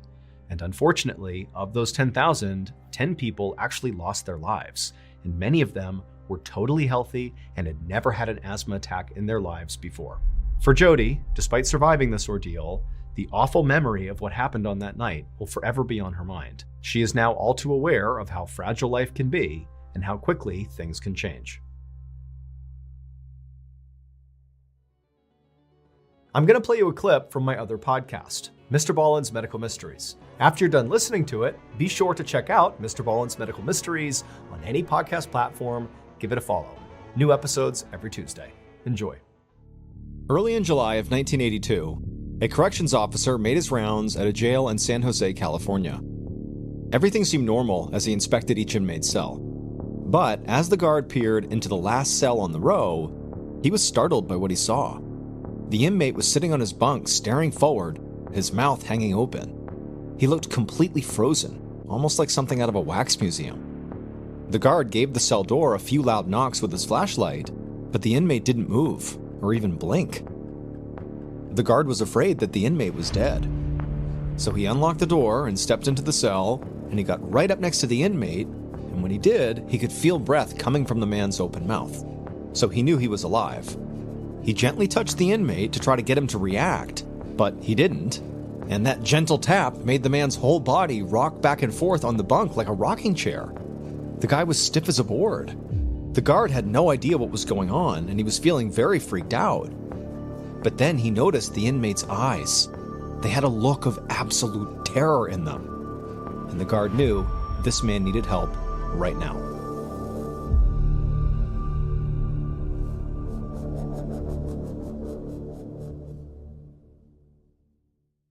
On the afternoon of September 30th, 1991, an investigator in Wilkes-Barre, Pennsylvania, walked carefully through a college chemistry lab. It was also a potential crime scene. The room was a complete mess, with construction debris all over the place and lab equipment strewn across the countertops. In fact, it was so cluttered, the investigator didn't even know where to begin. But then, he noticed something that really stood out that was laying on a nearby counter. It was a soiled rag with a handwritten note sitting right next to it. And when he read the note, he gasped, because he realized he could be the next to die. But before we get into today's story, you might be asking yourself, why is this a Monday upload? Well, get used to it, because starting now, you're going to be getting a new episode every Monday. As mentioned in prior videos, I'm going to be uploading up to 4 new videos every week. So, if you're a fan of the strange, dark, and mysterious delivered in story format, then you've come to the right place, because that's all we do, and we do upload 2, 3, even 4 times a week. So, if that's of interest to you, please steal all the mail in the Like Button's mailbox, and then just go ahead and restuff it with expired pizza coupons and mysterious credit card offers. Also, please subscribe to our channel and turn on all notifications so you don't miss any of our uploads. Okay, let's get into today's story.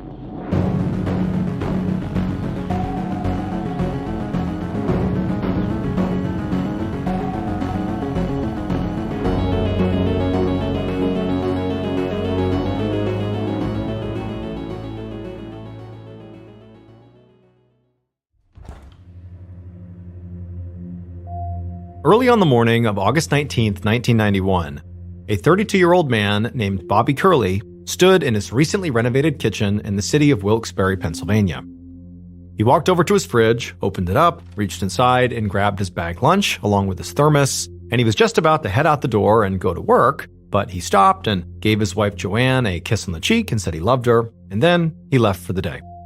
So Bobby and Joanne had been married for a year, and they lived with Joanne's 4-year-old daughter, Angela, in a duplex in a working-class neighborhood. Bobby was an electrician, and so he made pretty good money, but the Curleys were by no means rich. However, Bobby knew that actually might change soon, because Joanne was on the verge of winning this big court settlement. Joanne had actually been married once before, but her husband had died in a car accident about 3 years ago. His car had collided with a tractor trailer, and the driver of that tractor trailer was eventually found to be the one at fault. And so now, Joanne's lawyers and the trucking company's lawyers were finally closing in on a financial settlement to compensate Joanne for her first husband's wrongful death. It had been a really stressful process, and Bobby had definitely noticed that Joanne had been more sullen and stressed than usual as they were going through it. But now that the case was finally wrapping up, Joanne did appear to be sort of back in good spirits, and, while nothing was official yet, it looked like they were going to receive approximately $1 million in compensation, which was obviously really exciting. In fact, the two of them were already mapping out how they might spend some of this money. Some of the ideas they had come up with included taking Angela on a few big trips, and also maybe using some of that money to finally fund Bobby having his own business, something he had always wanted to do, but lacked the resources for. But for now, the settlement was not complete, and so Bobby had to go to his normal 9 to 5 and, punch the clock and keep earning money for the family. So for today, once he was outside, he simply got into his car and made the short drive to his current job site. 10 minutes later, Bobby parked outside of a science building on the campus of Wilkes University, which was a small college in Wilkes-Barre. He saw some of the guys on his crew standing out front, waiting to be let into this building. So Bobby, who was the foreman of their crew, he got out of his car and said good morning to everyone and then walked up and unlocked the doors. Then they all went inside and got to work. And working at this location had really become a pretty big routine for this group, because by now, Bobby and his crew had been coming here, working here for a few months now. And this job was a really big job. Bobby and his team were helping renovate the entire building, which included all the classrooms, all the laboratories, hallways, everything. And so they still had quite a bit of work to do. But there was another reason this job was taking as long as it was. And that was because when Bobby's crew had first shown up at the building, they had expected it to be totally prepared for them, meaning all furniture and equipment would be cleared out. But instead, they found a ton of stuff just kind of everywhere inside the building, because the building clearly had not been prepped at all. The chemistry lab, for example, still had random flasks and chemical bottles and, wet rags with weird substances on them just laying around the room. So, as a result, Bobby and his crew had been forced to do a ton of cleanup, before they even got into their jobs that they had not planned on, and it really set them back. And so now, just to stay on schedule, they were regularly putting in 12-hour days basically every day they were there. And so all these extra hours had Bobby feeling completely exhausted, and lately, he had sort of felt kind of sick almost, and he just sort of chalked that up to basically overworking.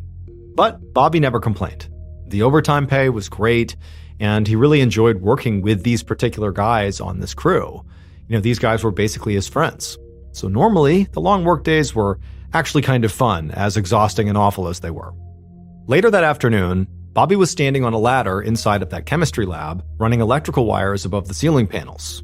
And as he was doing that, he suddenly heard this loud commotion coming from across the room. Bobby realized what he was hearing were guys on his crew basically shouting and laughing. So he climbed down to see what was going on. And when he walked over there, he saw that everybody was gathered around one of the members of the crew, whose name was Sammy DePasquale. And Sammy was sort of doubled over, coughing and spitting and holding a Coke can in his hand.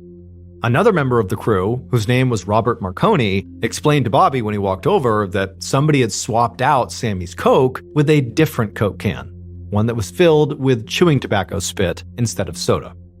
Bobby cringed. This was absolutely disgusting. Even as a prank, this was awful. But it was also sort of par for the course for the guys on Bobby's crew. This is sort of what they did. They were always playing pranks on each other to kind of lighten the mood on long work days like today.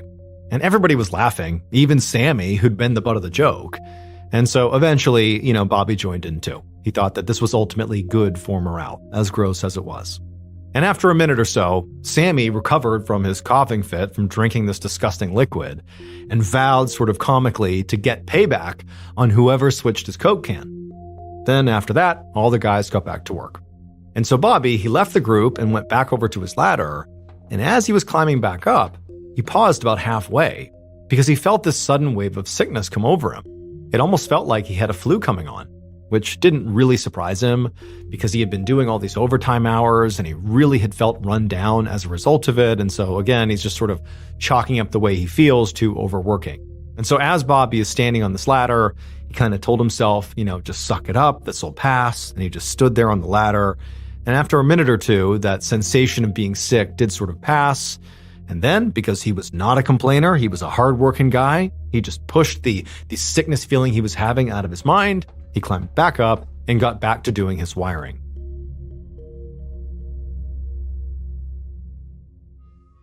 But 4 days later, on the morning of Friday, August 23rd, Bobby felt worse than ever. As he made his way across the college parking lot towards the science building where his crew was still working, he felt like his feet were heavy and he was constantly short of breath. And then as the workday went on, continuing to run wires in that chem lab, Bobby got really sweaty and really hot. His coworkers noticed and kept coming up to him to ask if he needed to go home early. But even though Bobby totally did need to go home early and felt awful, he would just tell them, nope, he was just fine. And so Bobby would manage to get through that particular workday. But then at the end of the day, when it was time to go home, Bobby felt so relieved. He could not wait to just get home, crawl into bed, and sleep. But by the next morning, Saturday morning, that heavy feeling in Bobby's feet had turned into this really intense burning pain that actually went all the way up his legs. And then his hands went numb. At this point, Bobby had to admit to himself that this was not a symptom of overworking. He was sick, like something was wrong with him. So he went to his doctor. But the doctor told him that despite what he was feeling, the symptoms were not that serious. Like it didn't appear that something was seriously wrong with him. And so ultimately, he just told Bobby to, go home and get more rest. That's what you need right now. So that's exactly what Bobby did. For the rest of that Saturday and all day the next day, Sunday, Bobby didn't do anything except lay in bed. But by that Sunday evening, Bobby still felt horrible. So he picked up the phone and did something that Bobby basically never did. He called one of his coworkers and told them that unfortunately, he would not be able to come to work tomorrow. When Bobby woke up the next morning, on Monday morning, the day he had taken off from work, he was in so much pain that he couldn't even stand up on his own. His wife, Joanne, tried to help him get out of bed and go to the bathroom, but he was physically too heavy for her to lift. And so Joanne actually ended up calling Bobby's brother, David, to come over the house and help. But even with David there, who could now basically help move Bobby around the house, it was very clear to Bobby that whatever was happening to him was not some minor issue. Like this was serious, and it clearly was not going away with rest like the doctor had said it would. And so at some point that day, the family called an ambulance, which came and took Bobby to a nearby hospital. But by the time they got there, the pain in Bobby's legs had gotten so bad that Bobby was literally periodically screaming in pain, and he also had begun to vomit. But after several hours of nonstop pain and nonstop testing at the hospital doctors came into Bobby's room and they told him and his family that they actually had good news. They knew what was wrong with Bobby, and it was treatable. They diagnosed him with something called Guillain-Barré syndrome, which is a condition where the body's immune system attacks the nerves and causes tingling in the feet and hands. But the staff assured Bobby that all he needed was a very specific medication, and then he would feel a whole lot better. Bobby was incredibly relieved, as was his family, and that day he began taking the medication, and quickly his pain became tolerable, he stopped vomiting, and before long, he actually felt good enough that he was able to go home. It seemed like Bobby had really turned a corner here, and that everything really was going to be okay. But within just a few days of being back home again, Bobby's pain came back even worse than before, despite still taking this medication. And he also began experiencing a new symptom. His hair started falling out.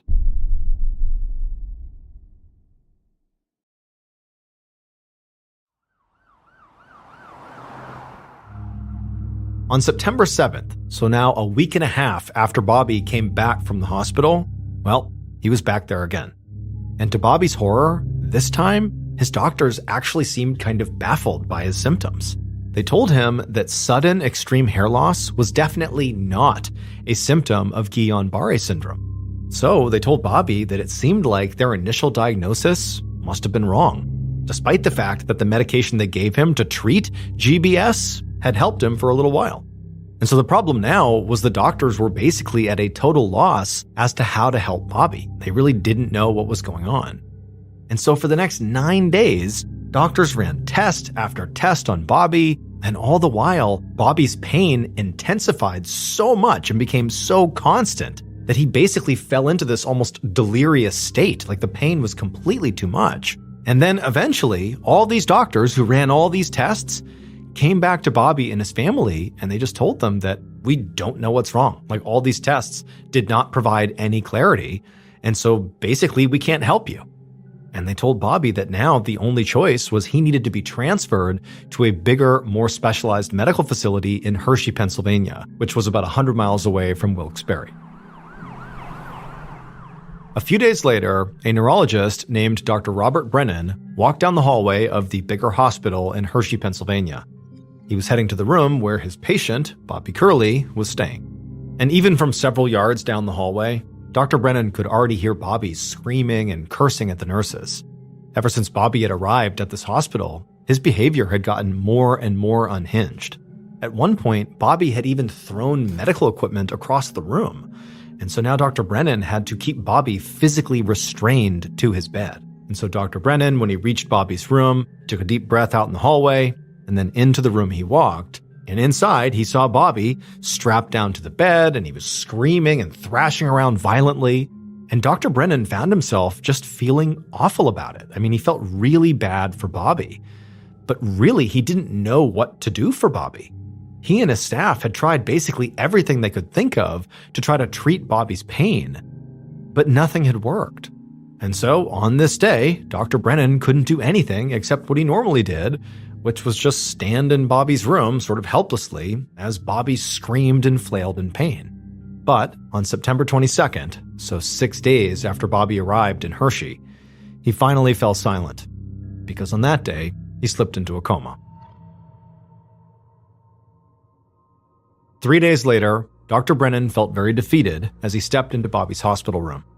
There, he saw 5 members of Bobby's family: his wife Joanne, his 4-year-old stepdaughter Angela, Bobby's adult siblings Susan and David, and Bobby's elderly mother Mary. They'd all come to be with Bobby after he had fallen into this coma. Now, they looked up at Dr. Brennan expectantly. And Dr. Brennan, he took a deep breath, and he said he had some bad news. New test results had come back, and now, based on those results, they knew what was wrong with Bobby. Dr. Brennan told the family that what Bobby was suffering from was something called thallium toxicity. And when he said this, Dr. Brennan watched the family for some kind of a reaction. But the family just stared blankly at him like they had no idea what that meant. So Dr. Brennan went on and explained that thallium is an extremely toxic chemical. In fact, it can kill anyone who touches it, ingests it, or even just inhales its fumes. And he told them that, this is really unusual because thallium is highly controlled in the United States. It's actually banned in household products. So this is not a chemical that, Bobby just could have accidentally stumbled upon. This is pretty rare. And so at this point, Dr. Brennan just paused and let the family sit with this new information. And the family, they looked at each other like, wow, this is awful, but nobody knew how to react. They just kind of looked back at the doctor, waiting for him to explain more. But when the doctor didn't say anything, Bobby's sister, Susan, just asked in a quavering voice, what can we do? At that point, Dr. Brennan just shook his head and said, unfortunately, there's no cure for thallium poisoning. 2 days later, on September 27th, Joanne stood next to her unconscious husband in the hospital, and she nodded at the medical staff that was gathered all around him. It was ultimately Joanne's decision whether or not to keep Bobby on life support. But with no hope of a cure, Joanne had ultimately decided that the best thing to do was to take him off life support. And so after giving the signal to medical staff, Joanne, her daughter, and the rest of Bobby's family, they kind of stepped back from the bed, and they watched as the staff walked over and removed Bobby's ventilator. And then Joanne had to watch as her husband took his final breath.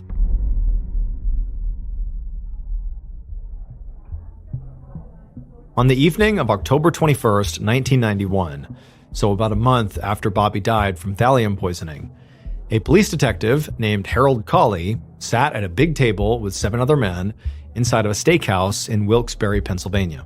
The other men were a mixture of coroners and investigators from all across Pennsylvania. Some were from the Hershey area, where Bobby had died. The rest, like Cawley, worked for the police in Wilkes-Barre, where Bobby had lived. The men were there discussing the investigation into Bobby's death, and they had been doing this for the past 3 hours already, because there really was so much to talk about. They had already covered Bobby's initial autopsy results, which showed that he had a staggering 900 times the lethal limit of thallium in his system when he died. And so they were working under the assumption that Bobby must have been poisoned by a single massive dose of thallium, whether accidentally or on purpose, they didn't know. And so they discussed theories for how this could have even happened to him. Because remember, thallium is not just a chemical you can get from the store. I mean, this is something that is highly regulated. So how did he come in contact with it? Their first thought had been basically what everybody else suspected, which was, Bobby must have been accidentally poisoned at the Wilkes University chemistry lab where he'd been working for so many months. And they actually had a bunch of records from a preliminary examination of the lab. And according to these records, one of the first things investigators had found inside of that lab was 5 vials of thallium in one of the storerooms. They'd also found a rag that was laying out on a countertop that presumably was there when Bobby first arrived and he and his crew began cleaning everything up. And next to this rag was a handwritten note that had a warning on it that literally said, "Thallium wiping rag, touch me and die." The rag had actually caused a huge amount of panic amongst the investigators when they had gone in to begin sweeping the lab for signs of thallium, because people were fearful that maybe they'd brushed up against it and touched this rag, and were they going to get thallium poisoning? However, they actually tested the rag and it came back negative for thallium, as did all the surfaces in the lab and also the air in the lab. And so the investigators had finally decided that that note must have been a joke or something. Also, the university insisted that all of its thallium was accounted for, meaning none of it could have been, stolen or misused in some way to poison Bobby because they would know about it. And so at this point, the university had actually been sort of ruled out as where Bobby got poisoned, which really didn't make sense to Detective Cawley or the other investigators at this dinner, because again, thallium is hard to come by. The idea that Bobby was working in a lab that contained thallium, but that wasn't where he was poisoned by thallium, seemed almost impossible. It had to have happened there. But they had gone out and tested all of Bobby's coworkers who had also worked in that lab with Bobby for so many days and so many hours, and they all came back negative for thallium exposure. However, Bobby's own family, his wife Joanne and her 4-year-old daughter Angela, they had tested positive for thallium exposure. Granted, it was on a near microscopic level because any amount of exposure could actually be lethal, and those two were okay, so obviously they had not received a lethal dose, but there were very small traces of thallium in both of them, which was odd. And so everybody at the table agreed that the right thing to do here was to speak to Joanne and see if maybe she had some ideas of how she and her daughter and obviously Bobby could have maybe come in contact with this very rare and lethal chemical. And then also, they need to get inside of the family's duplex to search it, literally, for thallium. But first, there was the problem of jurisdiction. Bobby had died in Hershey, but he'd gotten sick in Wilkes-Barre. So, after some discussion, the men decided that the Wilkes-Barre police should be the ones to head up the case because that is where Bobby actually got poisoned. The next day, Detective Cawley invited Bobby's siblings, David and Suzanne, to the Wilkes-Barre police station. And right away, it was quite clear that both of them were very suspicious of Bobby's wife, Joanne. They told Colley that Joanne had been acting really strange for months, both before and also after Bobby's death. David said when his brother had first gotten sick, Joanne had barely lifted a finger to help him. She'd called David to come over and look after Bobby, acting like she needed somebody strong enough to move Bobby around, which was true. But while David was upstairs literally carrying Bobby to and from the bathroom, Joanne stayed downstairs with her daughter and totally ignored them. She didn't even pretend to want to help. She basically let David do all of it. And Susan said, even though she didn't know for sure, her impression of Joanne right after she had taken Bobby off life support and he's died, her impression of Joanne was she was hugely relieved. Colley listened and nodded and sort of gave the impression that he was following along and basically believed them. But inside, he wasn't really convinced that what they were describing was highly suspicious behavior. When David came over to help Bobby, that was because she had asked him to do that, after trying at first unsuccessfully to move her husband around. And then when David was there, she does have a 4-year-old daughter. She can't just leave her unsupervised. Or maybe she doesn't want her daughter to see Bobby, and so she has to keep her downstairs. So there's an explanation for that. And as for Joanne being relieved after her husband's death, everybody dealt with grief differently. And Bobby's death had been a really traumatic, drawn-out process for everybody involved. So maybe she was relieved, but not because she was happy about it. It could have just been the end of a nightmare chapter in all of their lives. And so after he had listened to their concerns, Colley began to redirect the conversation, and he began asking David and Susan about their relationship with Bobby. They both said they were very close with their brother, even as adults. They said they lived nearby, and they saw each other quite a bit. David in particular said he spent a lot of time with Bobby. He said they often went fishing, and recently, together, they had renovated Bobby's kitchen. And this caught Colley's attention, because it sounded like David and Bobby had finished this renovation project around the same time that Bobby first got sick. Colley didn't know if this was relevant or not, but it was interesting. So at the end of their discussion, he just thanked David and Susan for all the information and told them they were free to go.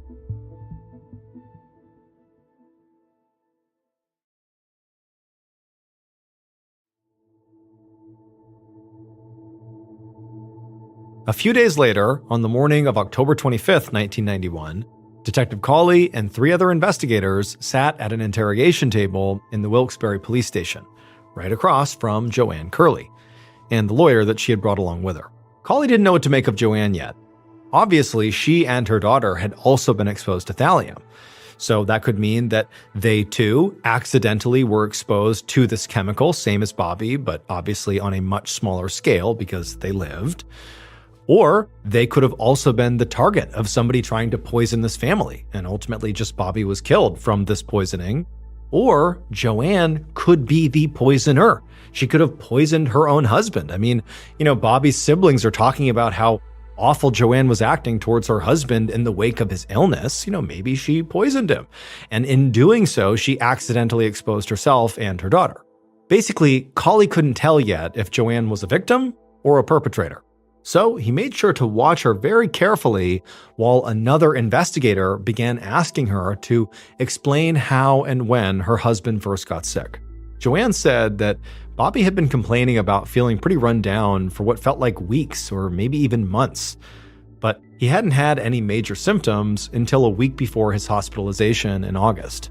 And she said that much like Bobby, she had just kind of chalked it up to he had been overworking, or maybe he had some standard illness that would just go away with rest, like that first doctor had said. She said that she had never even heard of thallium, and really at no point had it ever crossed her mind that maybe Bobby had been poisoned by thallium. As Colley listened to Joanne tell this story, he was struck by a couple of things. First of all, Joanne said Bobby had been feeling pretty run down for a while before his death. This seemed to conflict with investigators' assumption that a single massive dose of thallium had sent Bobby to the hospital and ultimately killed him. It seemed more likely, based on what Joanne said, that this poisoning happened over a period of time. And the second thing Colley was struck by was actually just Joanne's general demeanor. She had just recounted in detail, the story of her husband dying, this awful, awful death. Thallium poisoning is a horrible way to die. And as she's describing it, she's not shedding a single tear or really acting at all like she's even upset about it. And so at this point, Collie was beginning to wonder if maybe Susan and David had been right about Joanne. She really did not seem to care much about her husband's death. And so what Collie did is he stopped the other investigator and he leaned forward and he just asked Joanne point blank, how do you explain how you and your daughter were exposed to thallium? And immediately, Joanne had a story, a bizarre one. She said Bobby really liked to drink iced tea when he was at work. So every morning, she would fill his thermos up from this big pitcher of pre-made iced tea that she kept in their fridge. And so Bobby would take that thermos with him to work and he would drink the tea all day and then come home with the thermos. And some days when he would come back, Bobby had not drank all the iced tea. There'd be some left inside the thermos. And so Joanne said what she would do in that case was she would take the remaining iced tea still in the thermos and she would pour it back into the pitcher in the fridge, basically to salvage what was left of the tea. And she said she and her daughter also drank from that pitcher. So in essence, she sometimes was drinking from the same tea that Bobby was drinking from directly. And so perhaps in that way, if he was being exposed to thallium, maybe it was getting into that tea that he was bringing home. And, she believed that maybe that was how she was being exposed, by drinking the leftover iced tea. Collie glanced over at the other investigators in the room, and they all looked as baffled as he was. This iced tea explanation was pretty out there, but it was so weirdly specific that they really couldn't write it off. And Collie knew that, if the iced tea theory was legitimate, it might be able to explain why all three people in this family, all living in the same place, had such drastically different levels of exposure. Basically, Bobby could be having this huge exposure to thallium outside the house, and then basically remnants of the thallium exposure are finding their way back into that leftover tea. So it's a really small amount of thallium. That's coming back home. It's being mixed inside that pitcher. And so when Joanne and her daughter are drinking from that pitcher, they're only getting a very small amount of thallium. And so again, it's out there, but it would explain it. So Collie asked Joanne if he had her permission to not just search her whole duplex to check for thallium, but specifically check her fridge, check her pitcher, her iced tea pitcher, and all the thermoses that Bobby brought to work to see if there was still trace levels of thallium inside of them. And he was worried when he asked her this question that she might refuse or give some reason that she couldn't, but Joanne immediately agreed without any hesitation. That same afternoon, Collie, his investigators, and a crime scene unit arrived at the Curleys' duplex to begin their search. Collie looked on as the crime scene unit entered the duplex and immediately began scouring every surface. And they found absolutely no trace of thallium anywhere in the house, except for in one very specific location. The thermos Joanne had already told them about, the one that Bobby would bring with the iced tea in it to work and then back again. Traces of thallium were found on the little ridges at the top of the thermos where the lid screwed back on. And this was huge, not only because now they had the first clear sign of exactly where the thallium was coming in and out of Bobby's life, but more specifically because it was at the top of this cup that obviously Bobby is drinking from. This showed that the way the thallium wound up in Bobby's system was because he ingested it. That was something they didn't know at this point. Now it seems very clear that's how it happened. But despite this revelation, it didn't explain how Joanne and Angela were also exposed, because when they tested the big pitcher of iced tea in the fridge, it didn't contain any thallium. And also, just finding the thallium at the top of the thermos didn't explain how it actually got there. But for Collie, what really stood out about finding thallium on this thermos was that this item, this thermos, is something Bobby took to work and home every single day. So it seemed like maybe, Collie and his staff had been too quick to rule out where Bobby was working. I mean, he was working in a chemical lab that contained thallium, and they had ruled that out as the place where he could have been poisoned. Now, it seemed like they needed to take another look.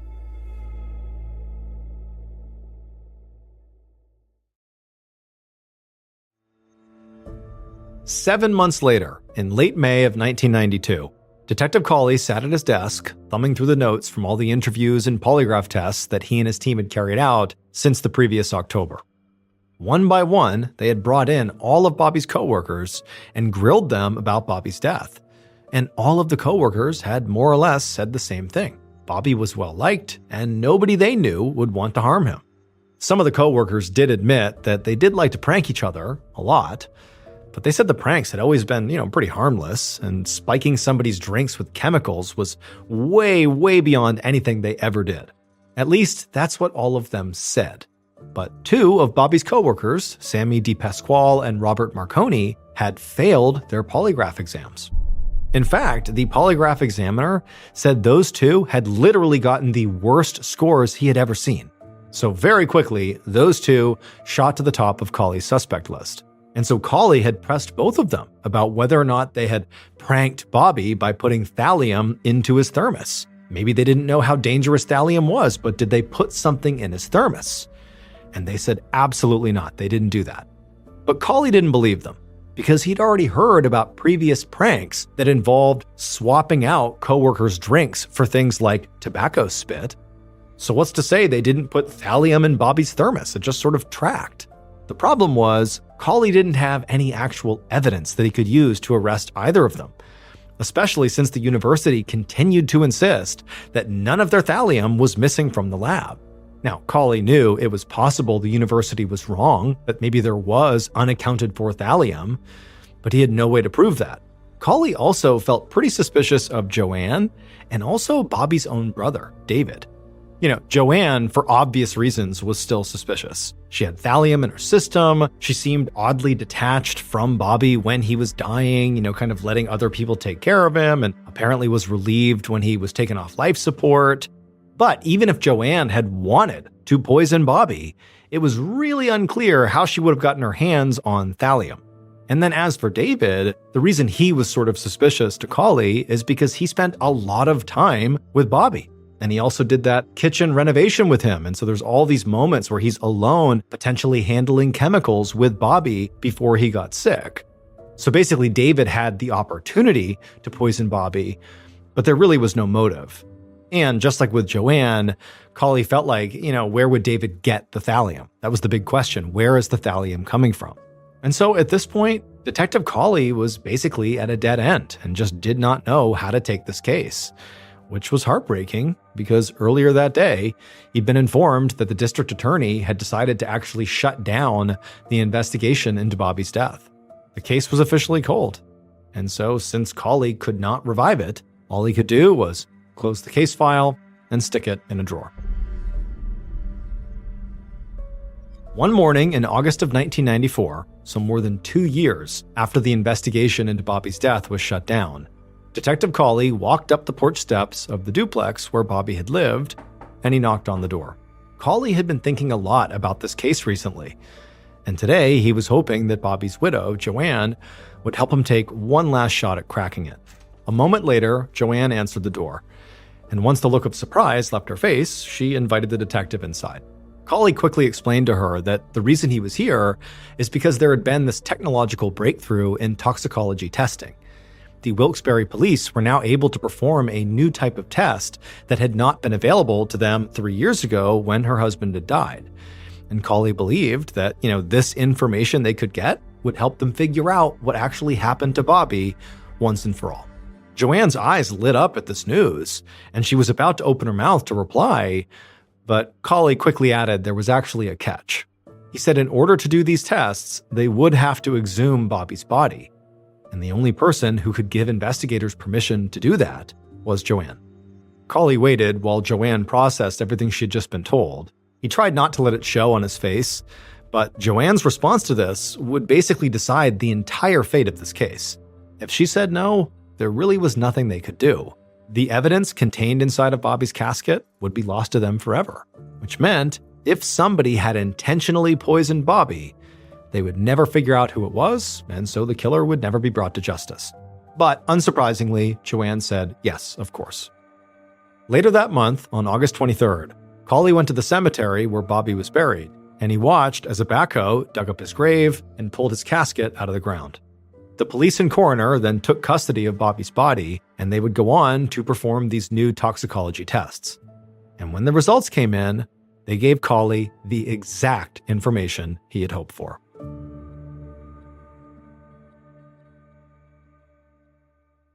Based on the police investigation, and critically, those new toxicology tests, here is a reconstruction of what police believe happened to Bobby Curley.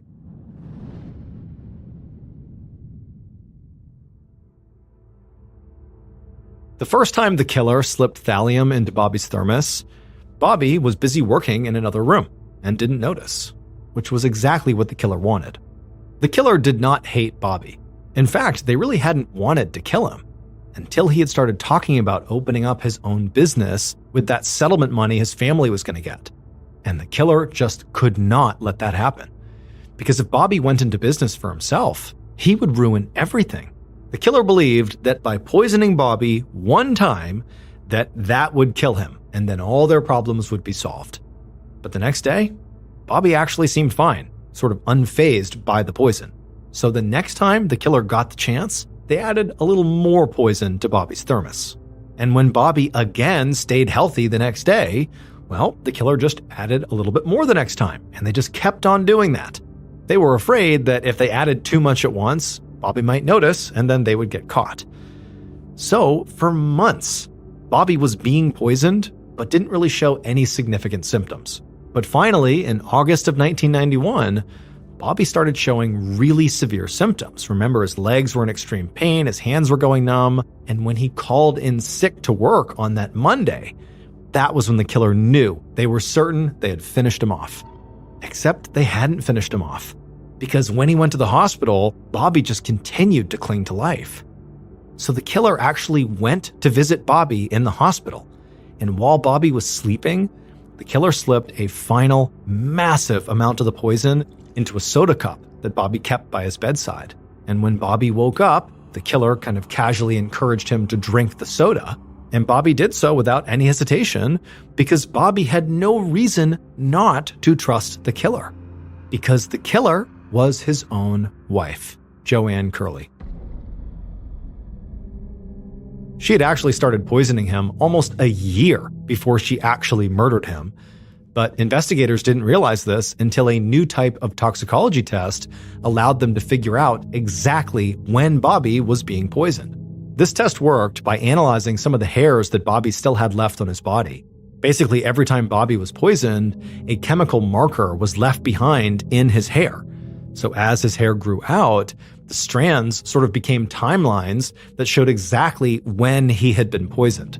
And when Cawley, through these tests, discovered that Bobby had been poisoned multiple times between October 1990 and September of 1991, these dates ruled out Bobby's coworkers and his brother David. The poisoning had simply started too early for David to be responsible and went on far too long for his coworkers to be guilty. But the timeline clearly ruled in Joanne. And when police began digging into why Joanne might have wanted to kill her husband, they realized she'd convinced Bobby to make her the beneficiary of his life insurance policy just days before poisoning him for the very first time. And so Joanne's motive was money. She did not want Bobby to have any of that financial windfall she was going to get from the death of her earlier husband, the wrongful death lawsuit where she was going to get $1 million, even though she kind of acted like, oh yeah, Bobby's going to use some of that to start his business. She didn't want that. She did not want him to have any of it. That was her money. So that was one motivation financially, and the other financial motivation was by killing Bobby, she would also receive the life insurance payout. As for where Joanne actually got the thallium, she would admit that she had used an old container of rat poison that did contain thallium that was manufactured in the US before thallium was banned in household products. On December 12, 1996, 5 years after Bobby's death, Joanne was finally arrested and charged with first-degree murder. Joanne ultimately pled guilty and so was sentenced to 10 to 20 years in prison. She would wind up serving all 20 years and was released from prison in 2016.